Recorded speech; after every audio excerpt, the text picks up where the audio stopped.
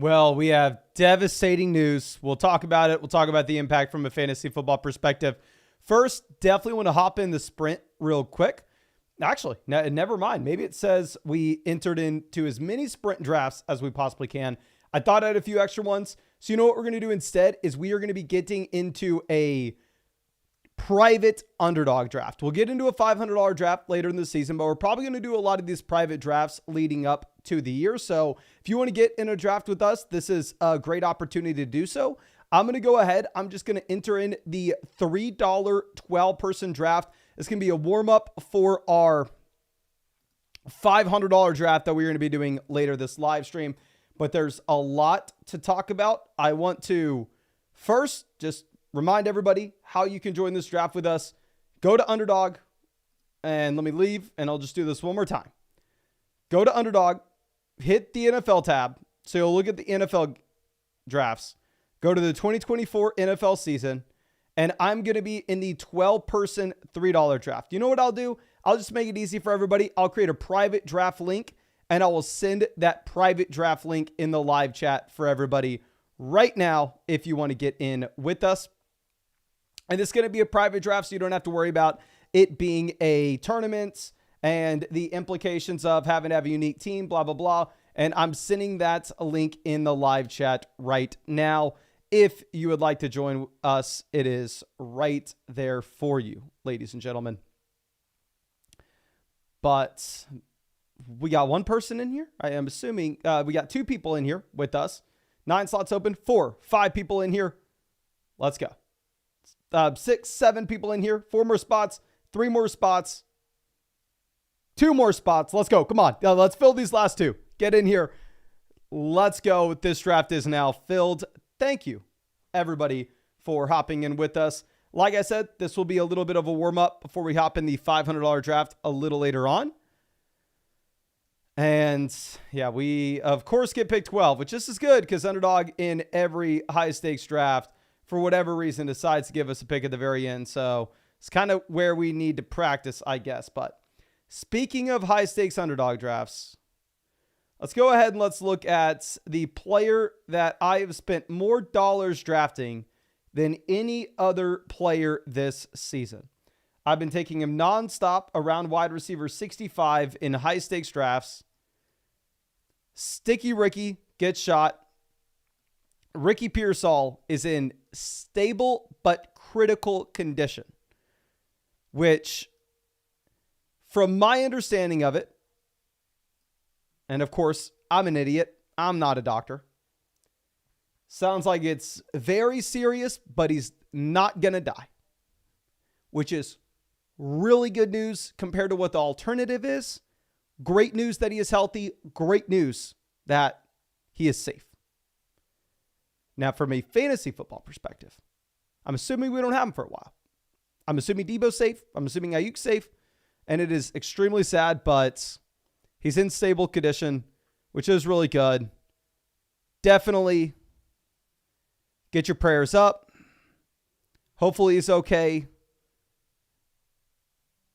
And obviously it's hard to focus too much in on fantasy football purposes when the alternative could have been even so much worse. So it's good news that he's safe. This year, if you are drafting in your regular redraft league, of course, he never really had any viability once Brandon Ayuk signed. But even in underdog drafts, he's probably a 0, which sucks for me with how much money we've spent on him. But to be honest, it's way better than getting shot. So count your blessings. Send up your prayer for Sticky Ricky, of course. Betty says, I saw the video of him getting into the ambulance. Yeah, I saw the video as well. But it's so hard to say that, oh, based off this video, he looks okay. Like, I'm not going to be speculating there at all. But in this draft here, Bijan Robinson makes it down to pick 3. Hunter says, Mason, how come I only got the draft guide with promo code FLOCK and not the consensus ADP cheat sheet? It'll be in that same email. It's the Google Sheet link that you got access to, and it has all the ADPs on it. I'm going to go ahead. I'm going to take Puka Nacua as well as Jahmyr Gibbs. I know some people are getting scared off Gibbs with a hamstring injury, but I think he has just a crazy, crazy ceiling here. Now, of course, real quick, if you wanted to get our draft guide, if you wanted to get our rankings, if you wanted to hop in a draft with us, I am streaming drafts every single night until the season starts. These underdog drafts are no time commitment at all during the year. So I draft hundreds of teams every season. So I won 150,000 on Underdog 2 years ago. And if you go to the link in the description or the link in the comment section or in the live chat right now, you can find a link to Underdog Fantasy. If you use code FLOCK, you're going to get a 50% deposit bonus up to $1,000. Look at my 2024 fantasy football rankings, draft guide, and cheat sheets, plus a Christian McCaffrey special pick'em, more than less than half a total yard, and a Travis Kelce special pick'em, more than less than half a total yard. So make sure you take advantage. And you do need to be in one of these states if you want to draft on Underdog. But good news is it is pretty much every state. You can see the map on the screen here. But let's move this over. After we go Gibbs, you have London, Achane, Barkley, Taylor all off. Jack says Achane going mid-30s on ESPN's absurd. The ESPN draft I was in with Jack, I actually saw him go even later than that. Which I agree with you. It is, pretty crazy to see that kind of cost. And if you're able to get Achane, there's like a low-end RB1, high-end RB2 in an ESPN just regular home league. 100%, I say you go all in on that price tag. Underdog drafts, the price is definitely a lot more expensive. High stakes drafts, the price is definitely a lot more expensive. So it is kind of going to be up to you, but I think you can go really any direction you want. Jackson, yes, I've already joined the $500 draft. Right now, there are 7 slots open in the Big Dog tournament, and we are just waiting for that to fill. Then we're going to pivot over to the $500 one. Timothy says, I got Achane at the 401 in my home league. Yeah, it is crazy because the funny thing is in home leagues, running backs typically go earlier and wide receivers typically go later in comparison to the high stakes drafts and the underdog drafts. However, in the underdog drafts and the high stakes drafts, there you see Achane going rounds earlier. And instead of getting drafted as an RB2, he's drafted as a mid to high end RB1. Like here, he's drafted as the RB5 in this draft. Okay. Tommy says that ESPN draft was just unfair, had the best team, and it wasn't even close. I will say, so we've been doing a ton of team reviews on flockfantasy.com. And on flockfantasy.com, if you link your team, you can see your league standings with the expert values. And almost every single team that I'm reviewing, whoever drafted it and submitted it, it is a top 3 team in terms of just the overall league analyzer grades on it, which it is in their league respectively. So it does seem like if you just have your finger on the pulse in fantasy football, you're using a decent set of rankings instead of just the standard ESPN or Yahoo rankings, you are just absolutely crushing drafts this year the way that these ADPs are set up. Okay, so let's move this over. And since this is a private draft, we don't have to consider the price tag where any of these other guys went in other tournaments. We're going to take Stephon Diggs here for sure. After Diggs, I kind of just want to take Sam Laporta. The thing is, Sam Laporta scored more points than Michael Pittman Jr. last year, and Sam Laporta was a rookie tight end. So I'm going to continue to be the idiot. I'm going to continue to draft the hell out of Sam Laporta round 4.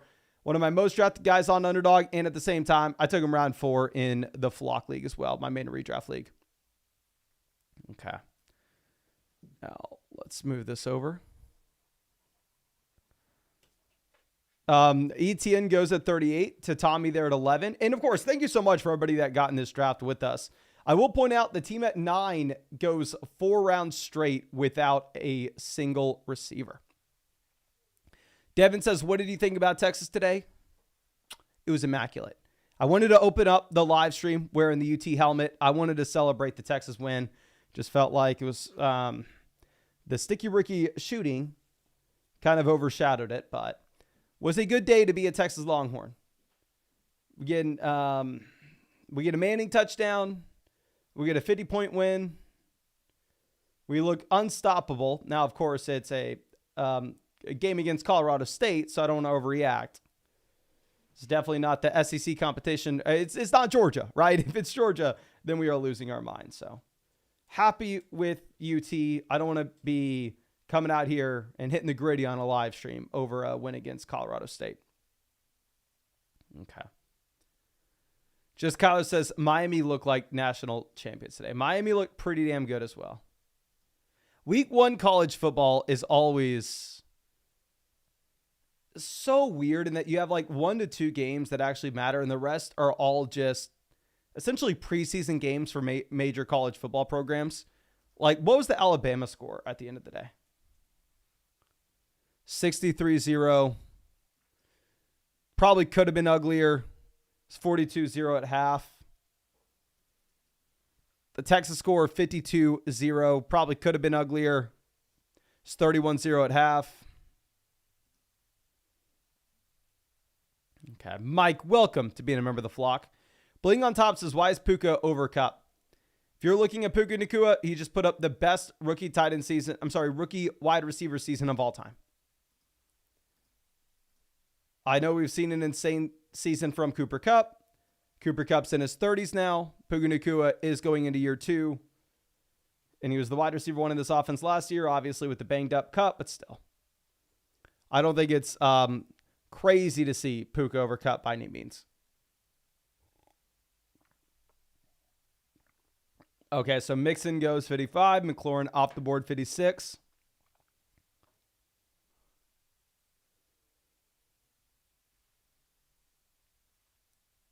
Okay, what are you doing? This team has 0 wide receivers through the first 4 rounds. They're sitting with a monster squad if they can find wide receiver production. They had Josh Allen, Travis Kelce, Saquon Barkley, and Bijan Robinson. Like, that is just monstrous. Okay, Anthony Richardson off the board. We probably will just go wide receiver here, especially with our decision of where we took Sam Laporta previously. So we'll go Calvin Ridley and Jaden Reed. Okay, so let's move this.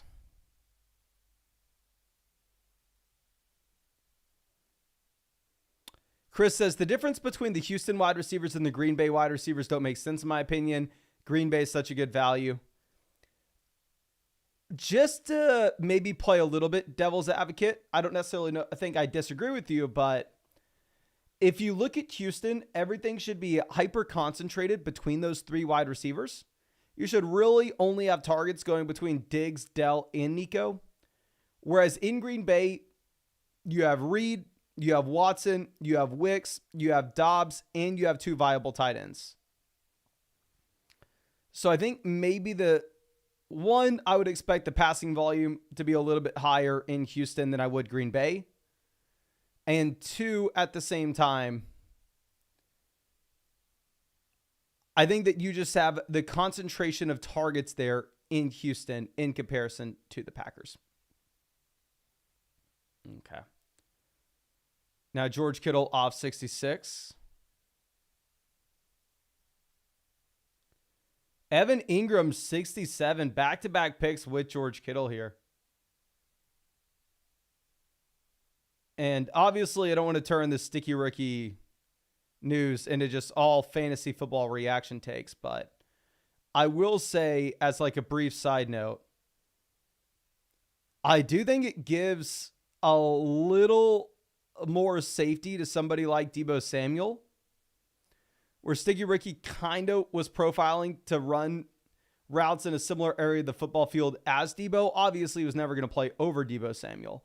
But even if he got out there in some 3 wide receiver sets and took a few targets away,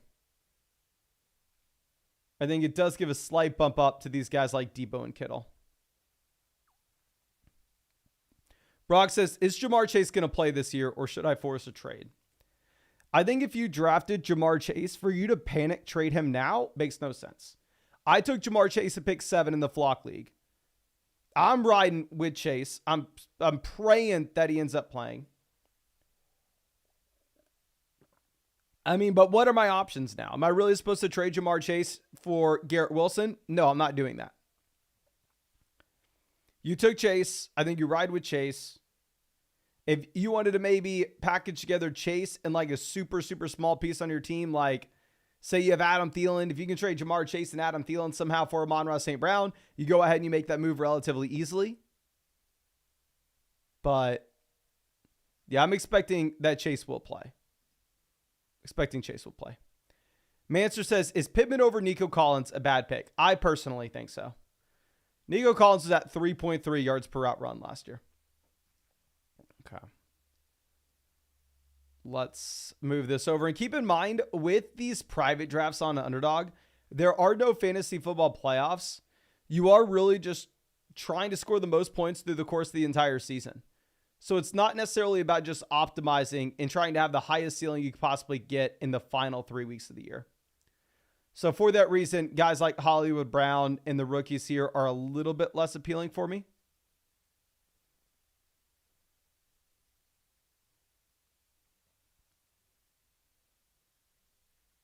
Okay.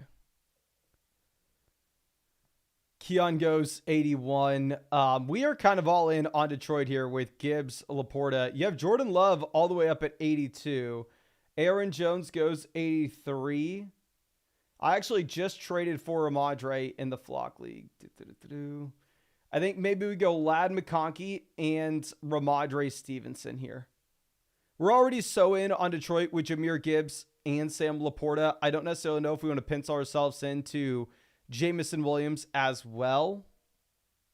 Getting the just guaranteed volume of Ramadre Stevenson, even if I'm not the biggest Stevenson fan, I think does make sense.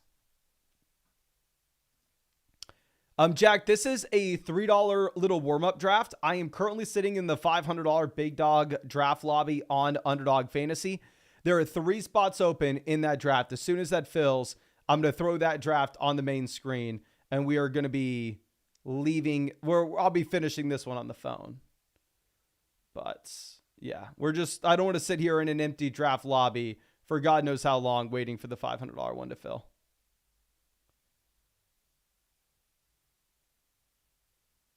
Okay. DeAndre Hopkins off the board at 88.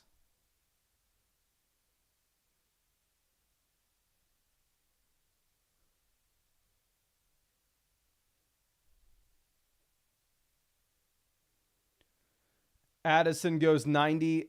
Probably the guys that you'd have to worry about late season suspensions with, or is suspensions at any point of the year, I'm a little less excited about in this kind of format when we are ultimately just looking for total points through the course of the entire season.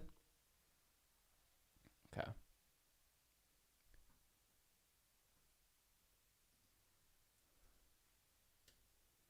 Brock Bowers off 95. Let's move this over.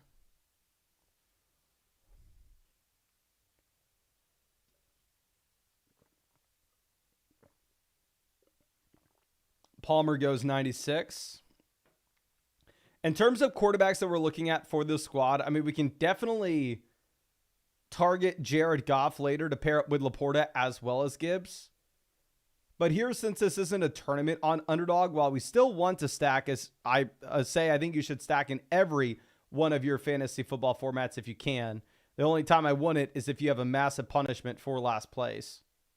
But if it's like, oh, no, getting last place versus getting 6th place, there's no big difference, then yeah, I kind of want to be correlating our lineup. But it's not the end of the world because it's not a tournament. Okay. Let's move this over. And I went and ate the biggest dinner. Not even the biggest dinner. The dinner itself wasn't that big. Like the appetizer entree was normal. But it was like a little 3-course thing. And I got a carrot cake for dessert. And it was so big. It was like the biggest piece of cake I've eaten in a long time. And I'm paying the price for it right now. I'm paying the price. Rin says, screw the punishment. I'm going for the win. Yeah, if y'all watched the recent video on the Flock League YouTube channel, Danny had a really funny line there.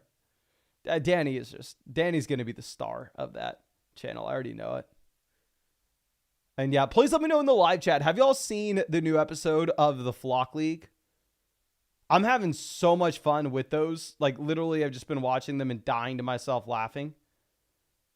I think I'm going to go Devin Singletary and Tajay Spears. We go back-to-back running back. But let me know if you saw it, and let me know if you liked it, and you want that to be a weekly thing. Okay. because your opinion there will actually matter a ton for what we decide to do with the channel. Okay. Let's see. Simon Baller saw it. Timothy said it was sick. Brian says Danny took me to the house with that trade. I don't know about that. Yes, the one about the trade. Yeah, so I think we'll do it weekly. Okay, it looks like a lot of people in the chat like it. What I think the plan for it is, the initial idea with the league is during Monday Night Football every week, we would get together and just essentially do like a live podcast and talk about what happened during the week. That way it was like very easy. I didn't have to hire another editor to worry about editing clips and everything, because my editor obviously is mainly focused on this channel. But with honestly, how much I've loved the videos on the Flock League, like just watching them myself, I haven't been this excited about something in a very long time. And it seems like everybody else that's watching them, at least the comment section, has been overwhelmingly positive. I'm probably going to hire another editor for that channel in particular.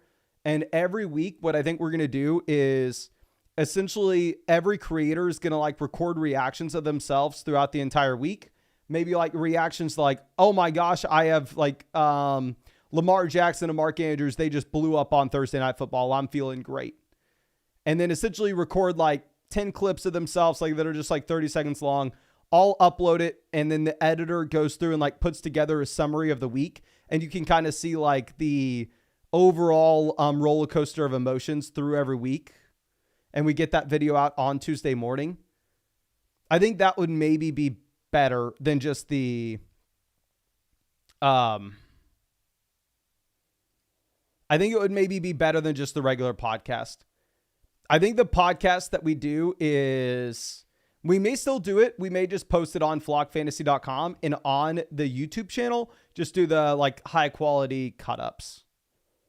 And then we'll just post the podcast of us all talking in depth on the site.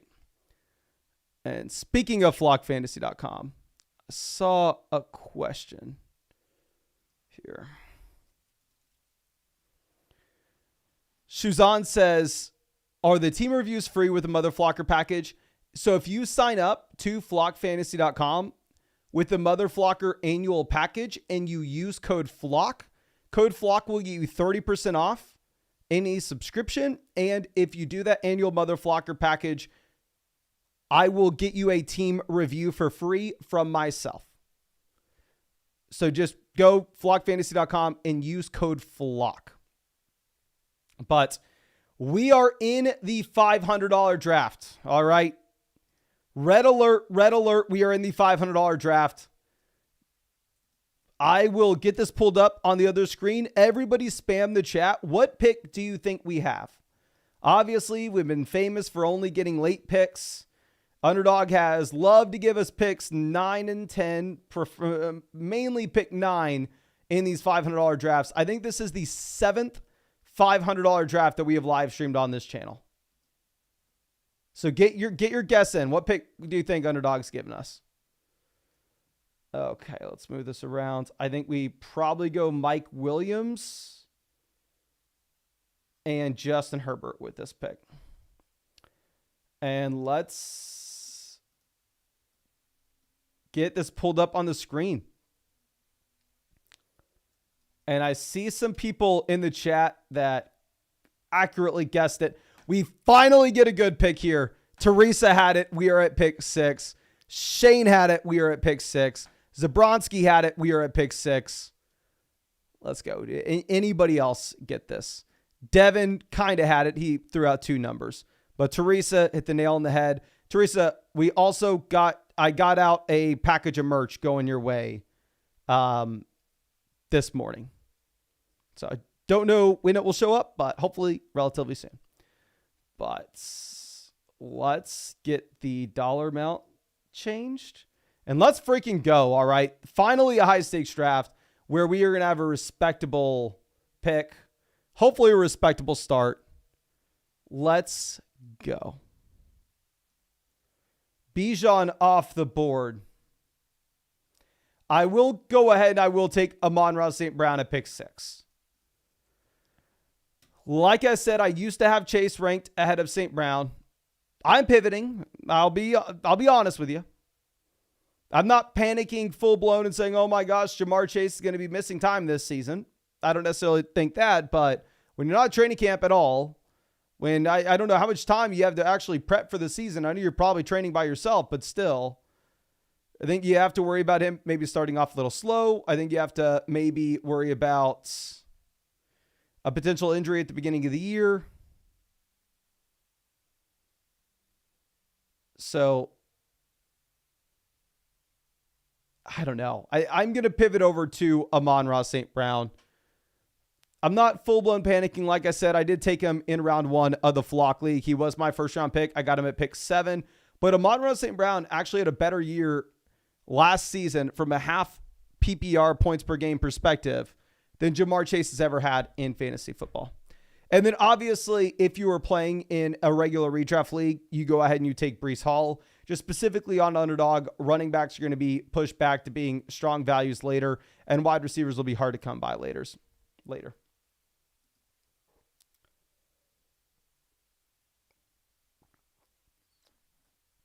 This is an interesting draft. You have Puka going at, and Jahmyr Gibbs going ahead of Garrett Wilson. Very rarely is Wilson falling this far. And then HN off the board at 14 as well. Cognition going through, mixing it up. Saw a team do this in the live stream last night as well, going with the combination of both Jahmyr Gibbs as well as Devon HN. Okay.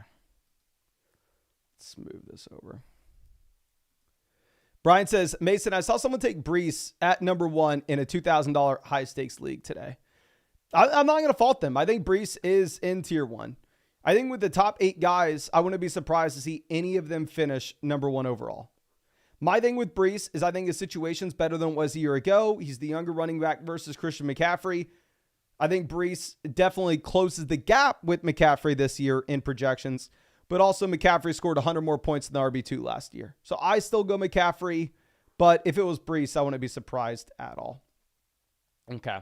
But this is why we go ahead and we take St. Brown over Breece. Because this way we can follow it up with Saquon Barkley in round 2. Can everybody spam the chat? Let me know, what would you rather have? Would you rather have Breece Hall? If we would have gone Breece at pick 6, our option at 19 would have been Jalen Waddle. Would you rather go Breece and Waddle, or would you rather go St. Brown and Barkley? So Breece and Waddle or St. Brown and Barkley? Please let me know. Okay. Horchado says St. Brown and Barkley. Prince says Breece. Hernia says HN over Saquon's crazy. No, I think it's crazy. A lot of high stakes drafters disagree. Brown and Barkley, Waddle, Brown, Waddle, Brown. It does look like it's somewhat split in the chat. To be honest, and not even just because I did it in this draft, but I definitely prefer St. Brown and Barkley. Okay.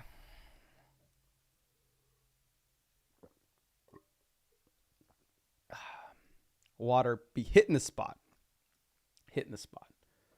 Okay. Other draft, we're going to go Leggett as our 7th receiver. And we will take Rodgers as our 2nd quarterback. But so Waddle makes it all the way down to pick 24. I'm sure y'all saw the trade in the Flock League, but we actually did trade for Jalen Waddle. We actually made that deal on this live stream a couple nights ago. So I'm really rooting for Waddle this year.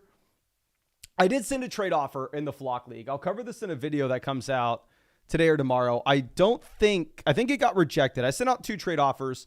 I know for a fact that one of them got rejected. But the first trade offer I sent was I offered Joe, who's one of the developers of flockfantasy.com, Jalen Waddle and Ramondre Stevenson for Jahmyr Gibbs. That got rejected. I also offered, I think maybe Avery, Jalen Waddle. No, I offered Sal Vetri, Jalen Waddle and Ramondre Stevenson for Jonathan Taylor. And I don't know if I've heard back from Sal on that one yet. Okay. Now let's move this over. We are up on the clock. We could go Kyren Williams and roll the dice. If we go Kyren Williams, we're in a spot where we have no other option but to take a wide receiver in round 4. But let's do it. Let's roll those dice. Kyren Williams, pick 30. We get a punt returner here with our 3rd round pick. Let's freaking go. Let's try it. Okay.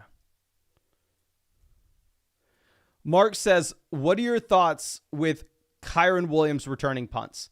Definitely not great news, right? Because what came along with that news is Sean McVay said, yeah, Kyren's going to be returning punts so we can bring another person on the roster, and we feel comfortable with Blake Corum spelling Kyren. So definitely not great news, definitely bad news. In terms of how much we should be dropping Kyren Williams down, I moved Kyren 1 spot down my running back rankings, and I flipped him with Devon Achane. Now he is back-to-back with Achane, but here the gap is pick 14 and pick 30. So I'm completely fine going ahead and taking Kyren Williams.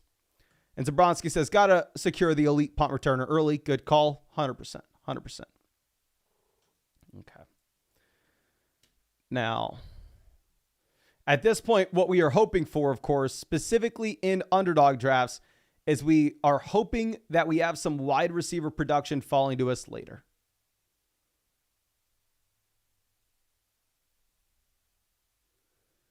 And at pick 11, you actually see Cognition.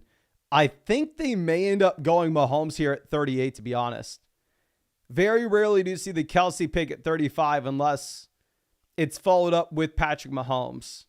So they may end up going 4 rounds with 0 wide receivers. I'm not saying this is going to happen, just kind of reading the tea leaves here.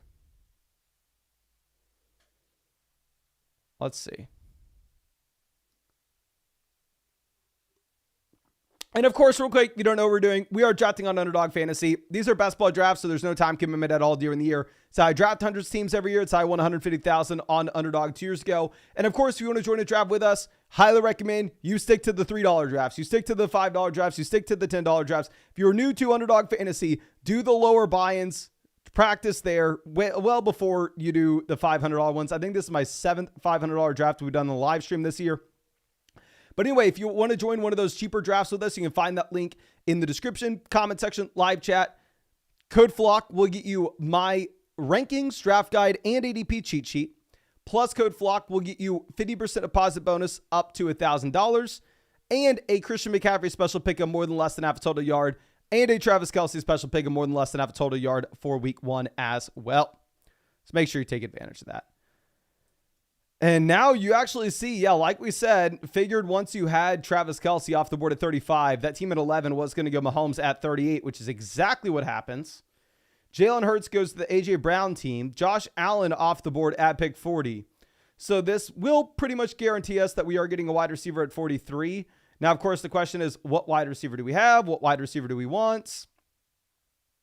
Couple different guys making. And I know people are going to be screaming, Mason, Travis Etienne, he's so much better than these receivers.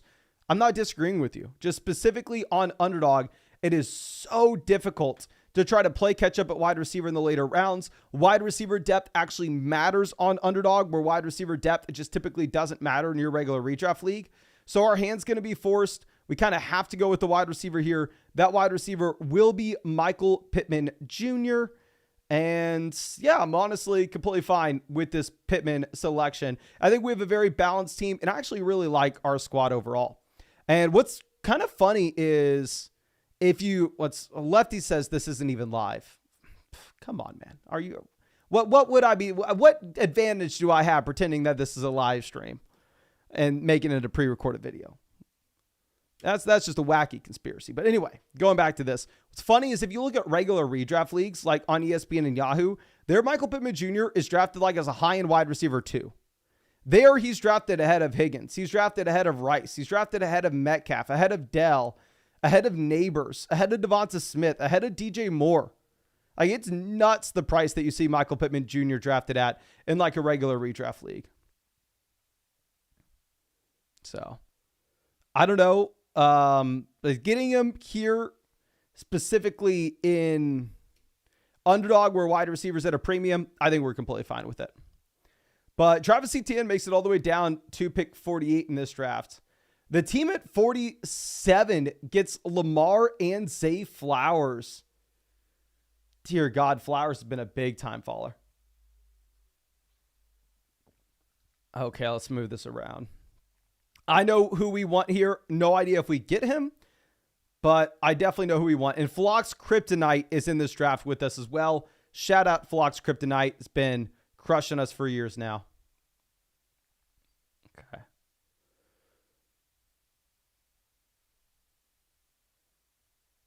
Let's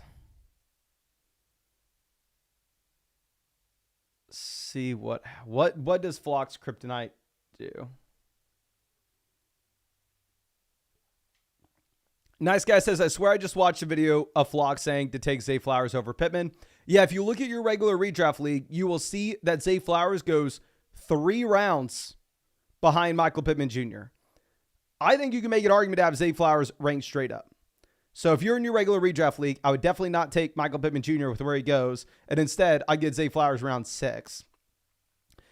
Here, I know this is probably a gross pick for the majority of people, and I really haven't drafted much Christian Kirk at all this year. He used to go in round 4 of these underdog drafts, but I think mixing him in here isn't the worst thing in the world, and we're still kind of playing catch up at wide receiver, and I do expect a considerable amount of wide receivers to go off the board here at the end of the 5th, the beginning of the 6th.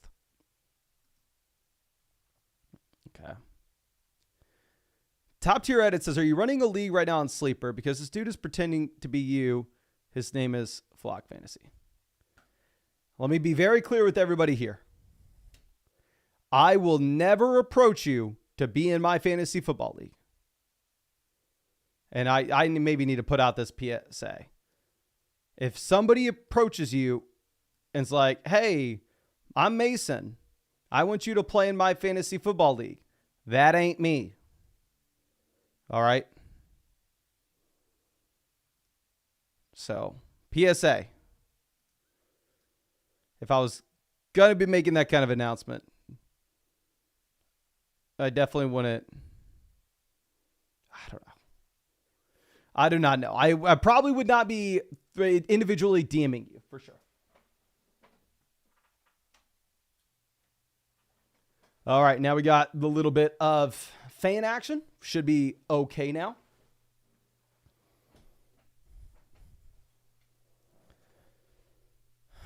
Aaron says, Mason already signed me up for 6 different $500 leagues on Yahoo. I'm sure you're going to win those, my guy. Good luck. Good luck. Would be nuts fight. Go through. Top tier edit says his name is Flock Fantasy on Sleeper. You can put your name to anything on Sleeper, my friend. My name on Sleeper, I believe, is Mason Dodd. Could be wrong. Could be wrong. But Chris Godwin off the board at 62. Cal Pitts goes 63.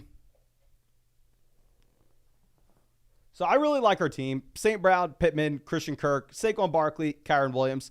Very well-balanced squad. The issue that we may find ourselves with is actually no issue at all. No issue at all. CJ Stroud goes 65. We will go ahead. We will take Anthony Richardson to get the rushing upside and the pairing with Michael Pittman Jr. Feel very comfortable with that. In the other league, we need to go ahead and take at least one quarterback. And what else do we need to do? Just take a tight end and call it a day. Okay. So Anthony Richardson obviously has been a big-time follower. I think people are a little bit spooked off the preseason game and not focusing in as much of the rushing upside, at least compared to what they were doing earlier in the offseason.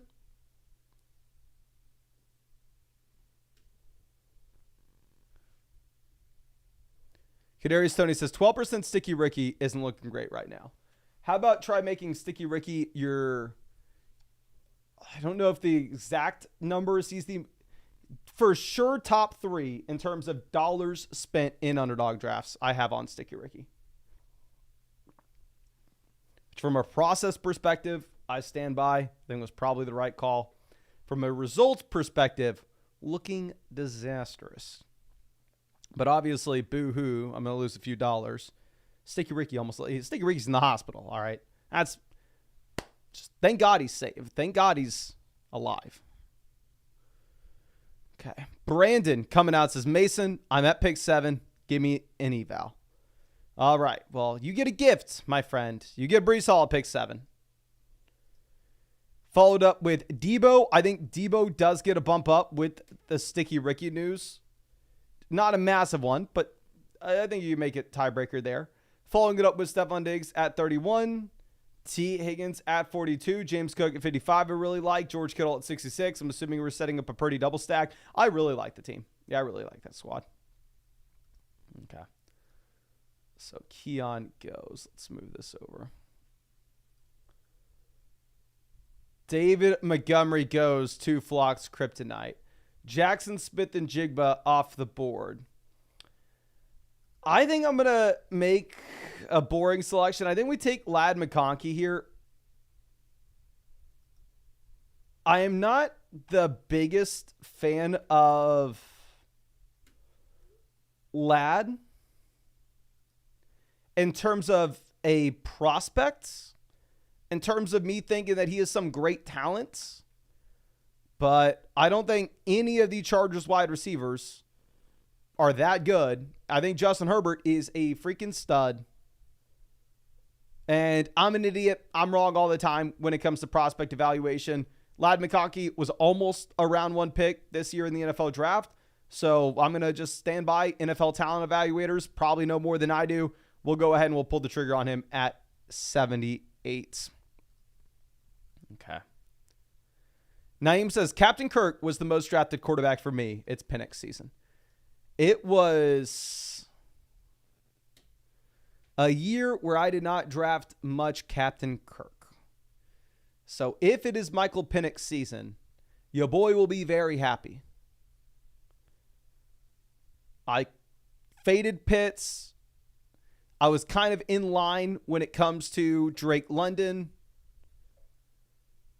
I have less Bijan than you'd expect just because I've been drafting Breece over Bijan all offseason, and that used to be a hot take.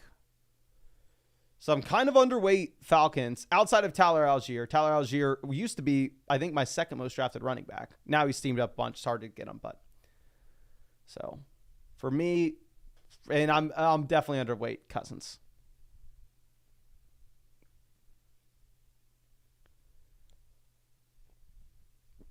Matthew says, Flock, any concerns about Anthony Richardson's schlong being too big and weighing down his big rushing upside? See, this has just been something that I personally have never had to worry myself with. I've never had any of these concerns. So I would probably talk to somebody who has some experience in this area. Yeah, because I don't know what that life's like, my friend. Okay. Now, Cortland Sutton off the board at pick 86.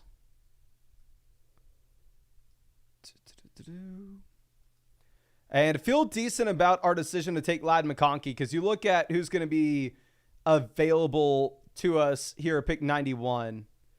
Looks like more likely than not, the best available player will be not a receiver. Unless Jameson makes it to us at 91, we could always go Jameson, pair him up with St. Brown, and then go ahead and target Jared Goff later on. No, Jameson does go between Mostert, Jalen Warren. Mostert just dropped 250 points last year. Mostert's also going to be 32 years old.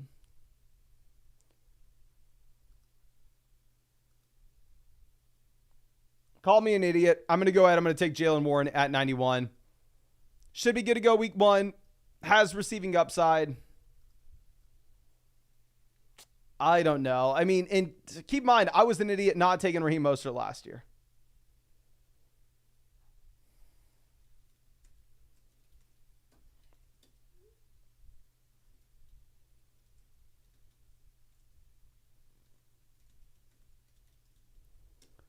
Okay. Horchado says, best ball, Raheem is king. I agree with you last year as somebody who watched him drop a lot of points against me. But let's pull this up. Raheem Mostert through his NFL career.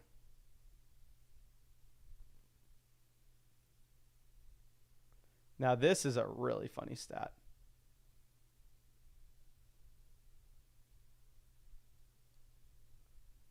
Raheem Mostert has 18 rushing touchdowns.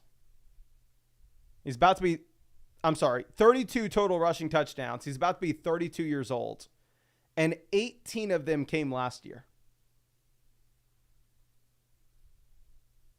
Touchdowns by year, 2015, 0. 2016, 0. 2017, 0. 2018, 1.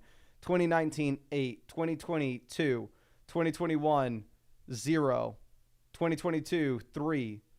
2023, 18. It does seem like it's a massive outlier. Obviously, it's a very good situation in Miami where it should be an extremely high-scoring offense. But you add in Jalen Wright.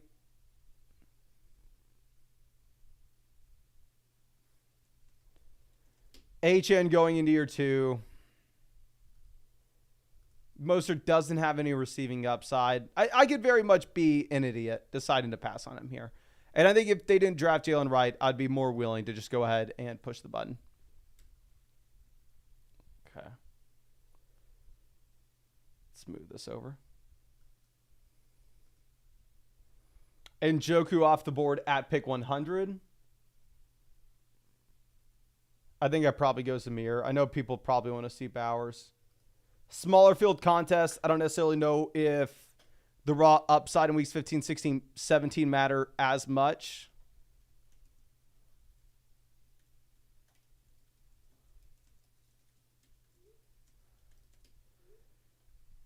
We're just going to go with the projectable volume that you have for the early part of the year.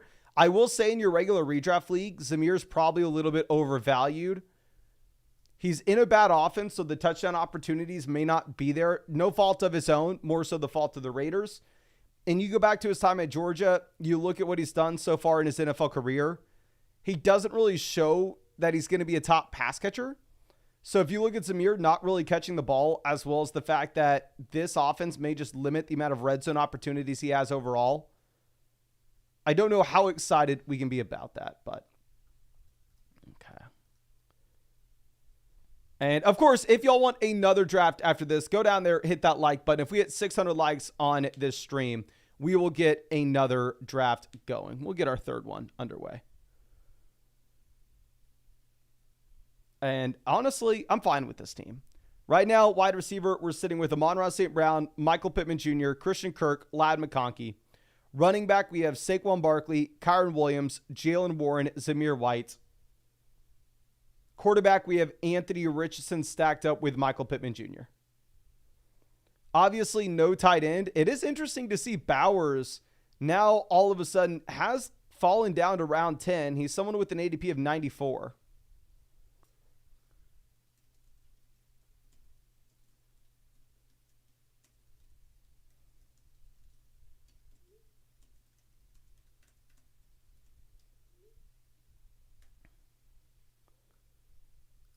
Singletary off 109. How far does Bowers fall? Can somebody please let me know? Is there something with Bowers that I've missed? Because I've noticed him falling in a handful of these high stakes drafts as of late.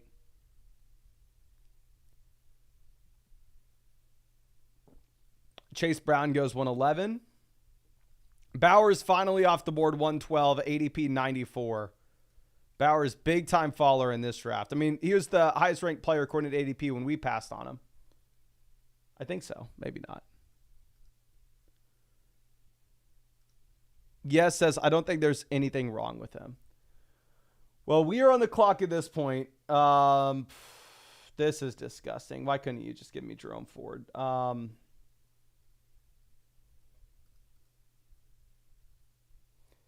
actually may take Shaheed. Here's something I want to ask y'all. In a regular redraft league,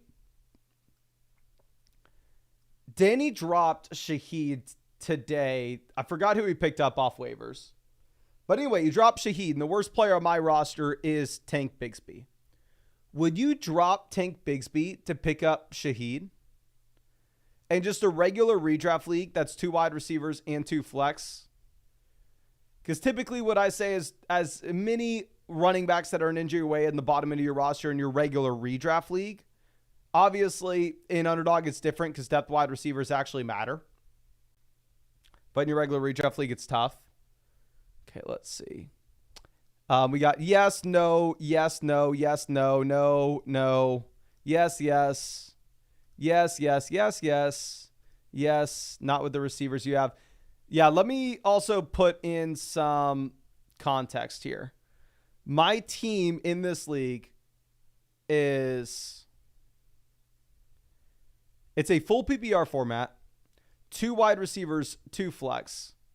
So it's definitely a league where wide receiver depth matters a little bit more than some of the redraft leagues that y'all have submitted to me on flockfantasy.com. But anyway, running back, I have James Conner, DeAndre Swift, Ramondre Stevenson, Tajee Spears, Austin Eckler, Tank Bigsby. At wide receiver, I have Jamar Chase, Jalen Waddle, Devonta Smith, Amari Cooper, Terry McLaurin. Luke says, if you ever start Shaheed, your team sucks. I probably agree with that.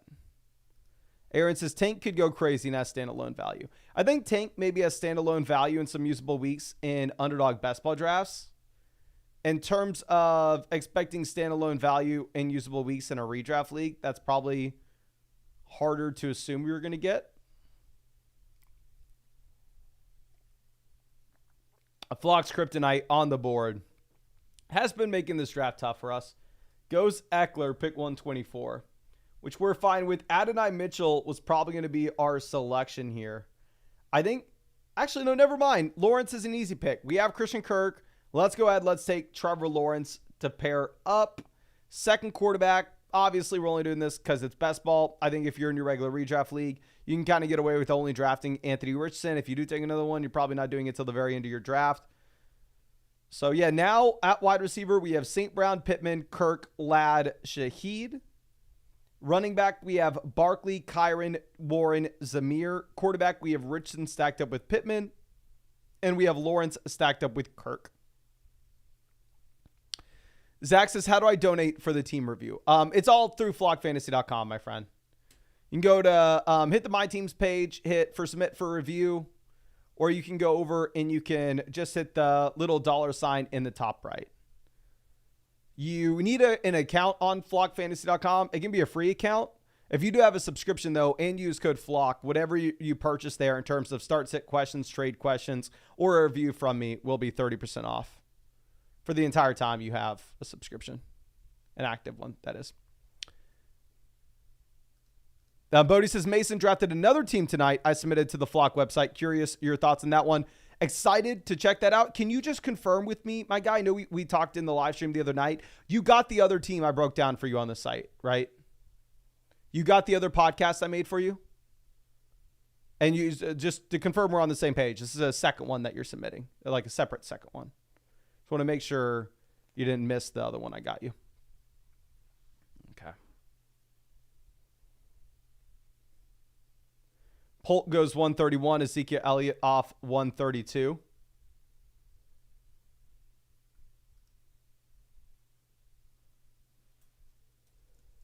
Did A&M lose? Yes.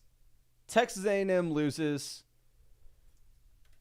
University of Texas takes home the W. Good day. Good day.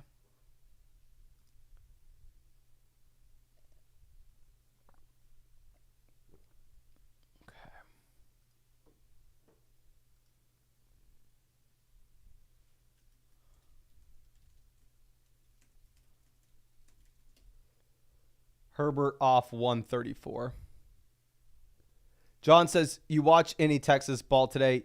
Yes, I literally was sitting at I wish I could have gone to the game, but I had a bunch of reviews that I had to do on flockfantasy.com. So I was literally sitting right here at this desk, 2 monitors, the game on one monitor, the reviews of teams on the other one.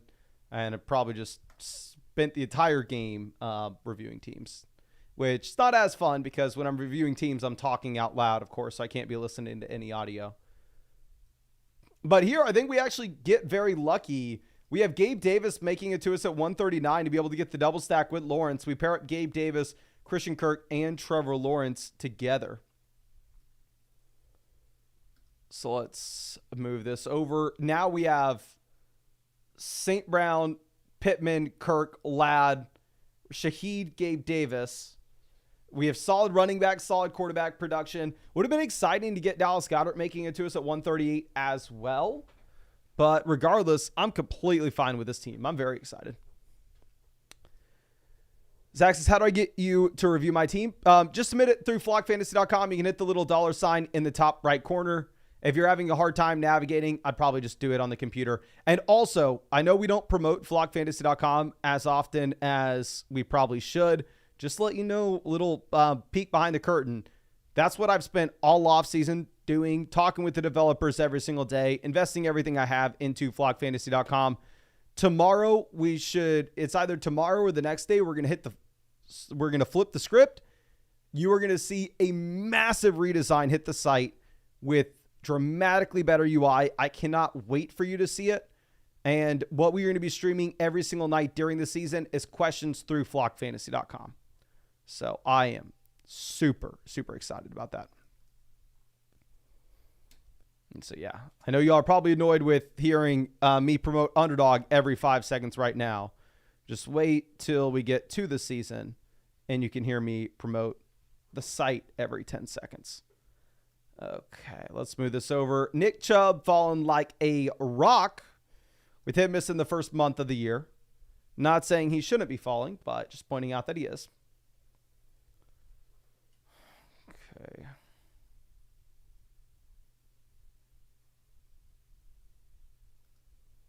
Dobbins goes. We will go ahead and we'll take Nick Chubb, pick 150. Gonna miss at least 4 games. But this is a tournament. We're trying to shoot for upside in weeks 15, 16, 17. We're taking him the pick before the running back 3 in Miami and Jalen Wright. So I'm completely fine paying this price tag on Nick Chubb. And when we do take him here at pick 150, we are done drafting running backs. Okay. Let's move this over. And yeah, like I said, if we hit 600 likes on this stream, we are going to get another draft after this.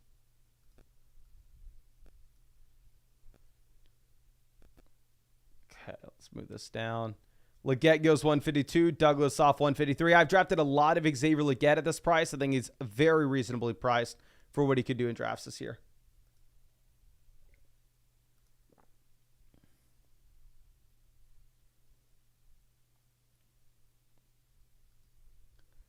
Luke Musgrave off 155.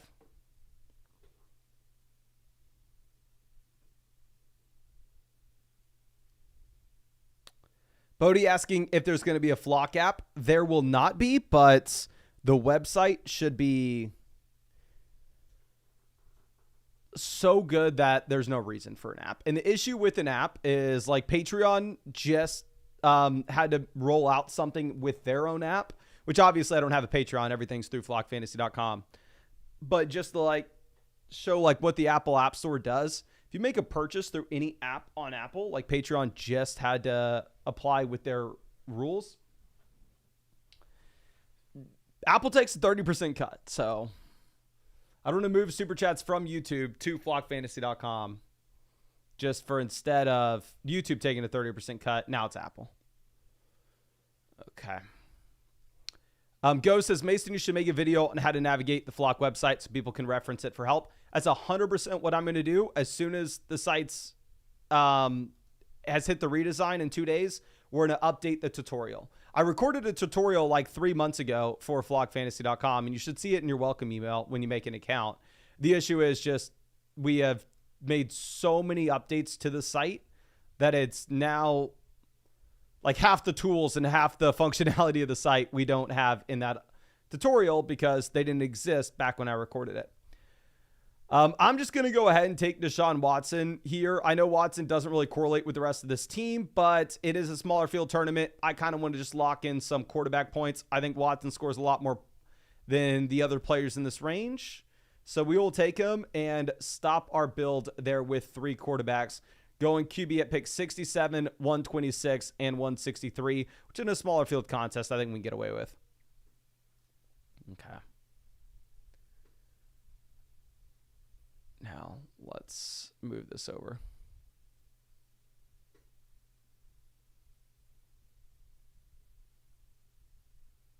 Rob says, yeah, Apple is scummy for that. Yeah, it is crazy. Like, obviously, I know I'm an idiot. I'm a 25-year-old.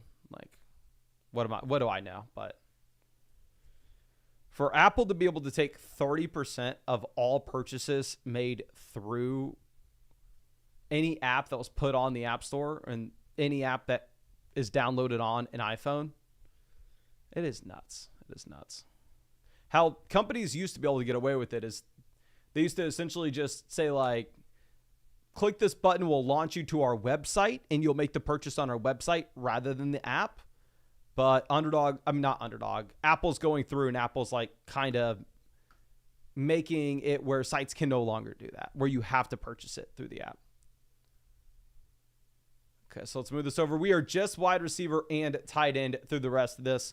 We'll see where Sticky Ricky ends up going. Obviously, I've taken a lot of them here in the wide receiver 70-ish range, going back-to-back with Greg Dortch. I was looking at him going, you know what? He is a round one NFL draft pick and what projects to be the highest scoring offense in the NFL. It's probably a better pick than Greg Dortch. Probably a better pick than DeMarcus Robinson, a wide receiver that's pushing 30 that's never been good. And then Ayuk signs. Then Sticky Ricky gets shot. So probably not ideal for us to take in as much of him as we have. Of course, prayers up to Slicky Rick. Okay. Let's move this over. Bucky Irving off the board at 173. We just need some tight ends here. We'll go ahead and we'll take Noah Fant at 174. People are excited with the change at offensive coordinator, thinking all of a sudden this is going to help out Noah Fant. I think you can maybe make an argument, oh, well, all of a sudden if you have Noah Fant just seeing a ridiculous amount of dollars in his bank account, he goes, oh, okay, yeah, I know I am an every down player for the Seattle Seahawks. And now what possibly makes me a little excited for him here?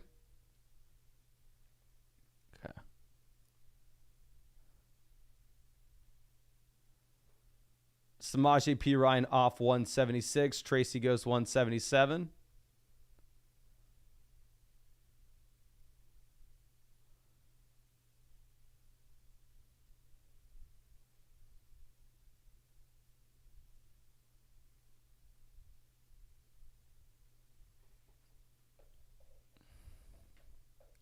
Rob says, is Texas winning the Natty this year, Mason? I am the worst Texas fan of all time in that when anybody tells me like, oh, Mason, Texas is going to do great this year, Mason, Texas is going to win it, in my heart of hearts, I think that there's a 0% chance. And obviously I know there's not a 0% chance, but like I legitimately kind of like, just you look at the math, my probability of winning another underdog tournament is so slim. Like Best Ball Mania, for example, it's a $25 buy-in, $1.5 million for first place. Like hundreds of teams draft. You draft one team. Your probability of winning it is extremely, extremely low. For whatever reason, I walk around thinking, oh yeah, I'm going to win another tournament this year. It's destiny. It's going to happen. And for whatever reason, like in my mind, I convince myself that it's fact. Or on the flip side of that, I walk around and I don't let myself even think about the possibility of Texas winning a Natty. I think it's because every year I've been a Texas fan, which was starting in 2017 when I started to go to school there. Every year I've been told we are going to be great. Every year has ended in disappointment, or I don't say every year, pretty much 90% of the years. So I don't know if I'm scarred. I don't know if I have mental issues, but it's hard for me to buy in and get excited and think that Texas has a real shot to do anything. Okay, we are playing catch up at tight end, right? I mean, we are sitting with just Noah Fant, so we will take Isaiah Likely as our second tight end. I'm not a big likely guy, but it is what it is. We get him 14 picks past ADP, and we need another player. Tommy asking if we are going to do another draft. Yes, I believe we hit 600 likes on this stream, so we will get another draft going after this one. Next draft, probably just going to be a private draft. I will get a $3 draft underway, and I'll copy and paste the link in the live chat for anybody who has an Underdog account that wants to hop in the draft with us. Okay. Dawson asking if we still have Jamar over Jefferson. Yes, I still have Jamar over Jefferson. Jamar plays week 1, by the way. Jamar plays week 1. Now, of course, am I going to sit here and say, like, there's no concern whatsoever? No, there is a concern with him missing so much time during training camp. So, I mean, what I did is I moved Jamar behind Amon-Ra St. Brown. But to move him any lower than that is pretty tough in my mind. And like maybe I take luck here because I took Chase at pick 7 in the Flock League. So for me to miss out on Chase, it would just be absolutely devastating.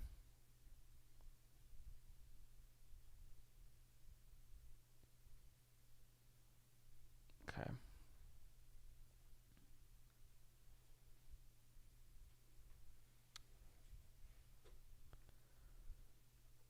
Bo Nix off the board at pick 195. Let's move this over. We need one more receiver and one more tight end. Flock's Kryptonite on the board. What does he decide to do? Goes Jordan Whittington, hook 'em horns. I think we go Marvin Mims relatively easily once you have Tim Patrick getting cut from Denver. We'll take him 198. We'll queue up a bunch of tight ends. I think we'll go Dulcich, Knox, Theo, Che, Gesicki, Ertz. We'll definitely just make sure we get another tight end in here, but let me set up a private draft for us real quick. This is going to be a $3 draft on Underdog for anybody wanting in. All you have to do is click the link in the live stream when I send it. Create private draft. Yes. Share this draft. Got the link. Okay. Just going to say $3 draft here. That link has been sent out in the live chat for anybody wanting to join. You can see it right there on the screen. But all you got to do is press that and you in. Perfect. Here we go. We're pick 5. Not going to complain about it. And we have a bunch of new people to Underdog in this draft with us. Happy to draft against y'all. And please let me know in the live chat if you are in this draft with us. I saw Tommy right away in here at pick 2. McGundy in here with us at pick 9. Mark in here with us at pick 10. Rob in here with us at pick 12. It's Green in here at 4. Thank you so much. This guy, EJ, 10. Justin in at 7. Shiva in at pick 8. Or Siobhan. But thank you so much for everybody coming to get in this draft with us. And Jersades in here at 1. Browner claiming to be in here at 5. I almost fell for it. Okay. Now, CMC off the board. CeeDee Lamb goes as well. Puno, I can never pronounce the name. Long-time member of the flock. Takes Tyreek Hill at 3. And we will take Amon-Ra St. Brown at pick 5 with the expectations that there'll be a running back that we like later in this draft. Like in the last draft, we got Barkley. In round 2, we got Kyron in round 3. Trevor, happy to see you, my friend. Happy to see you. Bardcore says, what's your exposure on Vidal? I'll pull up my exposure on all Chargers players right now, my friend. Give me 1 second and I'll get them all pulled up for you. So right now with Chargers, I'm actually up to 16% Quentin Johnston after the past few weeks. 10% Chark, 9% Edwards, 7% Ladd, 6% Herbert, 6% Dobbins, 4% Palmer, 4% Vidal. So I'm overweight the gross receivers in Los Angeles, the guys that go around 17 and 18 in Quentin and Chark. And I am underweight Joshua Palmer. And then with the running backs, I'm underweight Dobbins and Vidal, and right in line with Gus Edwards. Okay.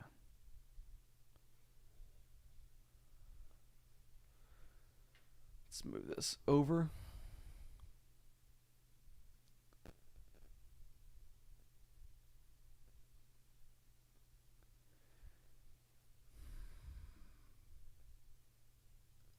Gibbs, Taylor go at the 1-2 turn here to Rob. Debo gets pushed up to 14 in this draft. I have noticed it seems more often that Breece goes ahead of Bijan than vice versa. Earlier in the offseason, it seemed like I was standing on an island taking Breece as much as we were.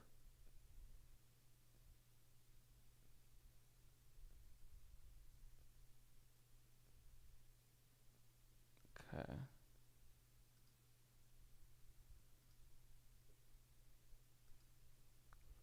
Achane off 17, so the team at 8 decides to go RB as well. So we are slated to go ahead and take a wide receiver here at 20.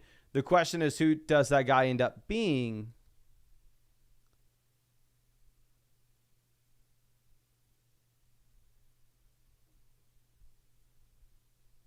Caden on the clock. Goes Nico. We will take the guy that we just traded Nico for, and Jalen Waddle. And just in case you didn't see it, look up the Flock League on YouTube, and you'll see an entire breakdown and reaction of a trade I just made in my league this year. And yeah, that's like the only redraft league I'm playing in, the league I care most about. But, of course, real quick, if you don't know what we're doing, we are drafting on Underdog Fantasy. These are best ball drafts, so there's no time commitment at all during the year. It's how I draft hundreds of teams every year. It's how I won $150,000 on Underdog 2 years ago. And, of course, if you want to hop in and draft with us, you can find that link in the description, in the comment section, in the live chat. If you use code FLOCK, you're going to get my 2024 rankings, draft guide, and ADP consensus cheat sheet. Plus, with code FLOCK, you will also be getting hooked up with a Christian McCaffrey special pick of more than less than half a total yard, and a Travis Kelce special pick'em more than less than half a total yard. So definitely make sure you take advantage of that with the link in the live chat. But Adams makes it down to 27.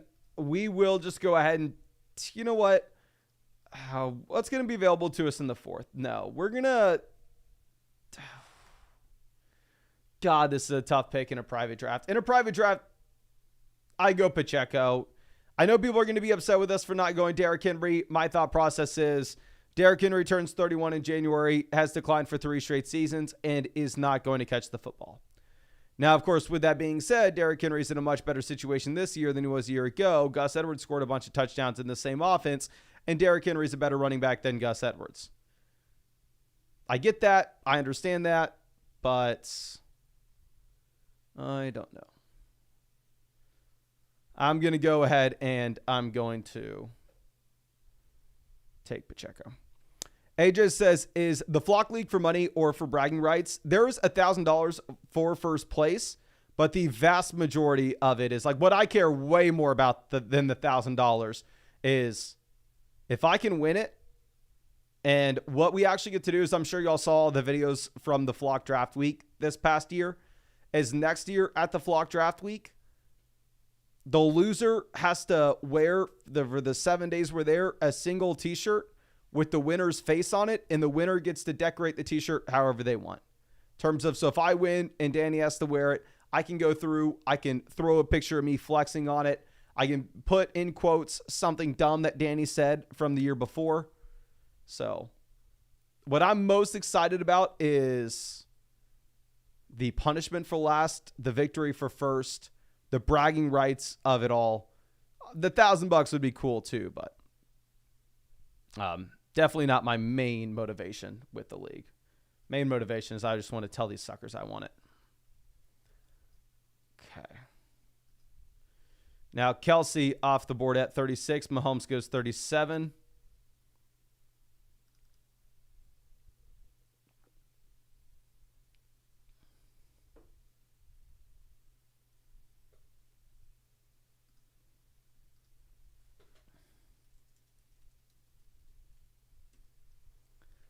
Laporta goes. Just such a tough spot because, I mean, I thought like to just go through, take DK Metcalf there at 29 and expect that we were going to get a running back that we like making back to us in the 4th. But the thing is, too, you potentially now can get a wide receiver that you like making it to you in the 4th with how these drafts have been trending.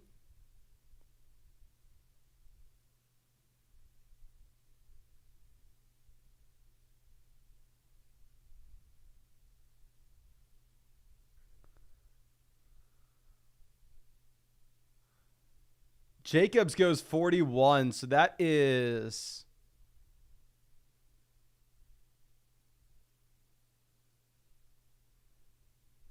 really going to be interesting to track that team at 8. So we will just go ahead and take Rashee Rice here, go in on Kansas City with both Pacheco as well as Rice. Since this is a private underdog tournament, I'm not necessarily as worried about the teams private underdog draft. I'm not as worried as like larger tournaments where Rashee Rice may have been drafted around 6 and 7 earlier in the offseason. I just think you just go with the best player available in a league like this.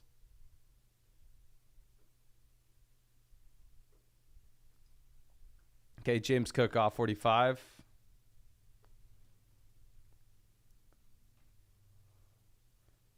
Interesting to see Caden take Lamar there at 43. So typically you have Lamar going at the end of the 4th and a team taking Andrews on the wraparound. And sometimes you've seen the team taking Flowers if Flowers makes it that far, which used to never happen, but now sometimes it does.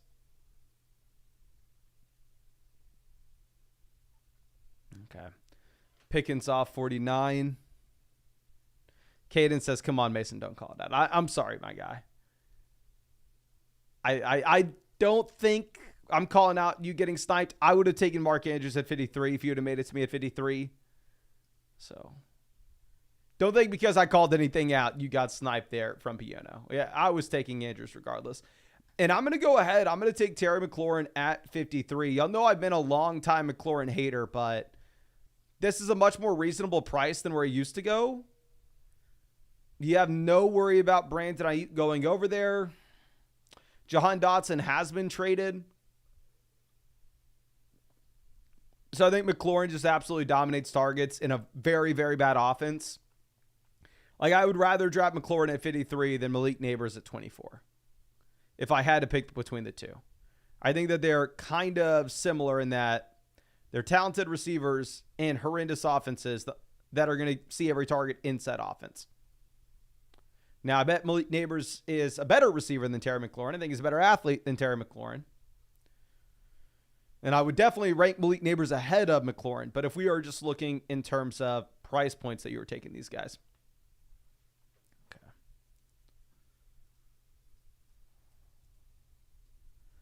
Ridley goes 56. Worthy off 57.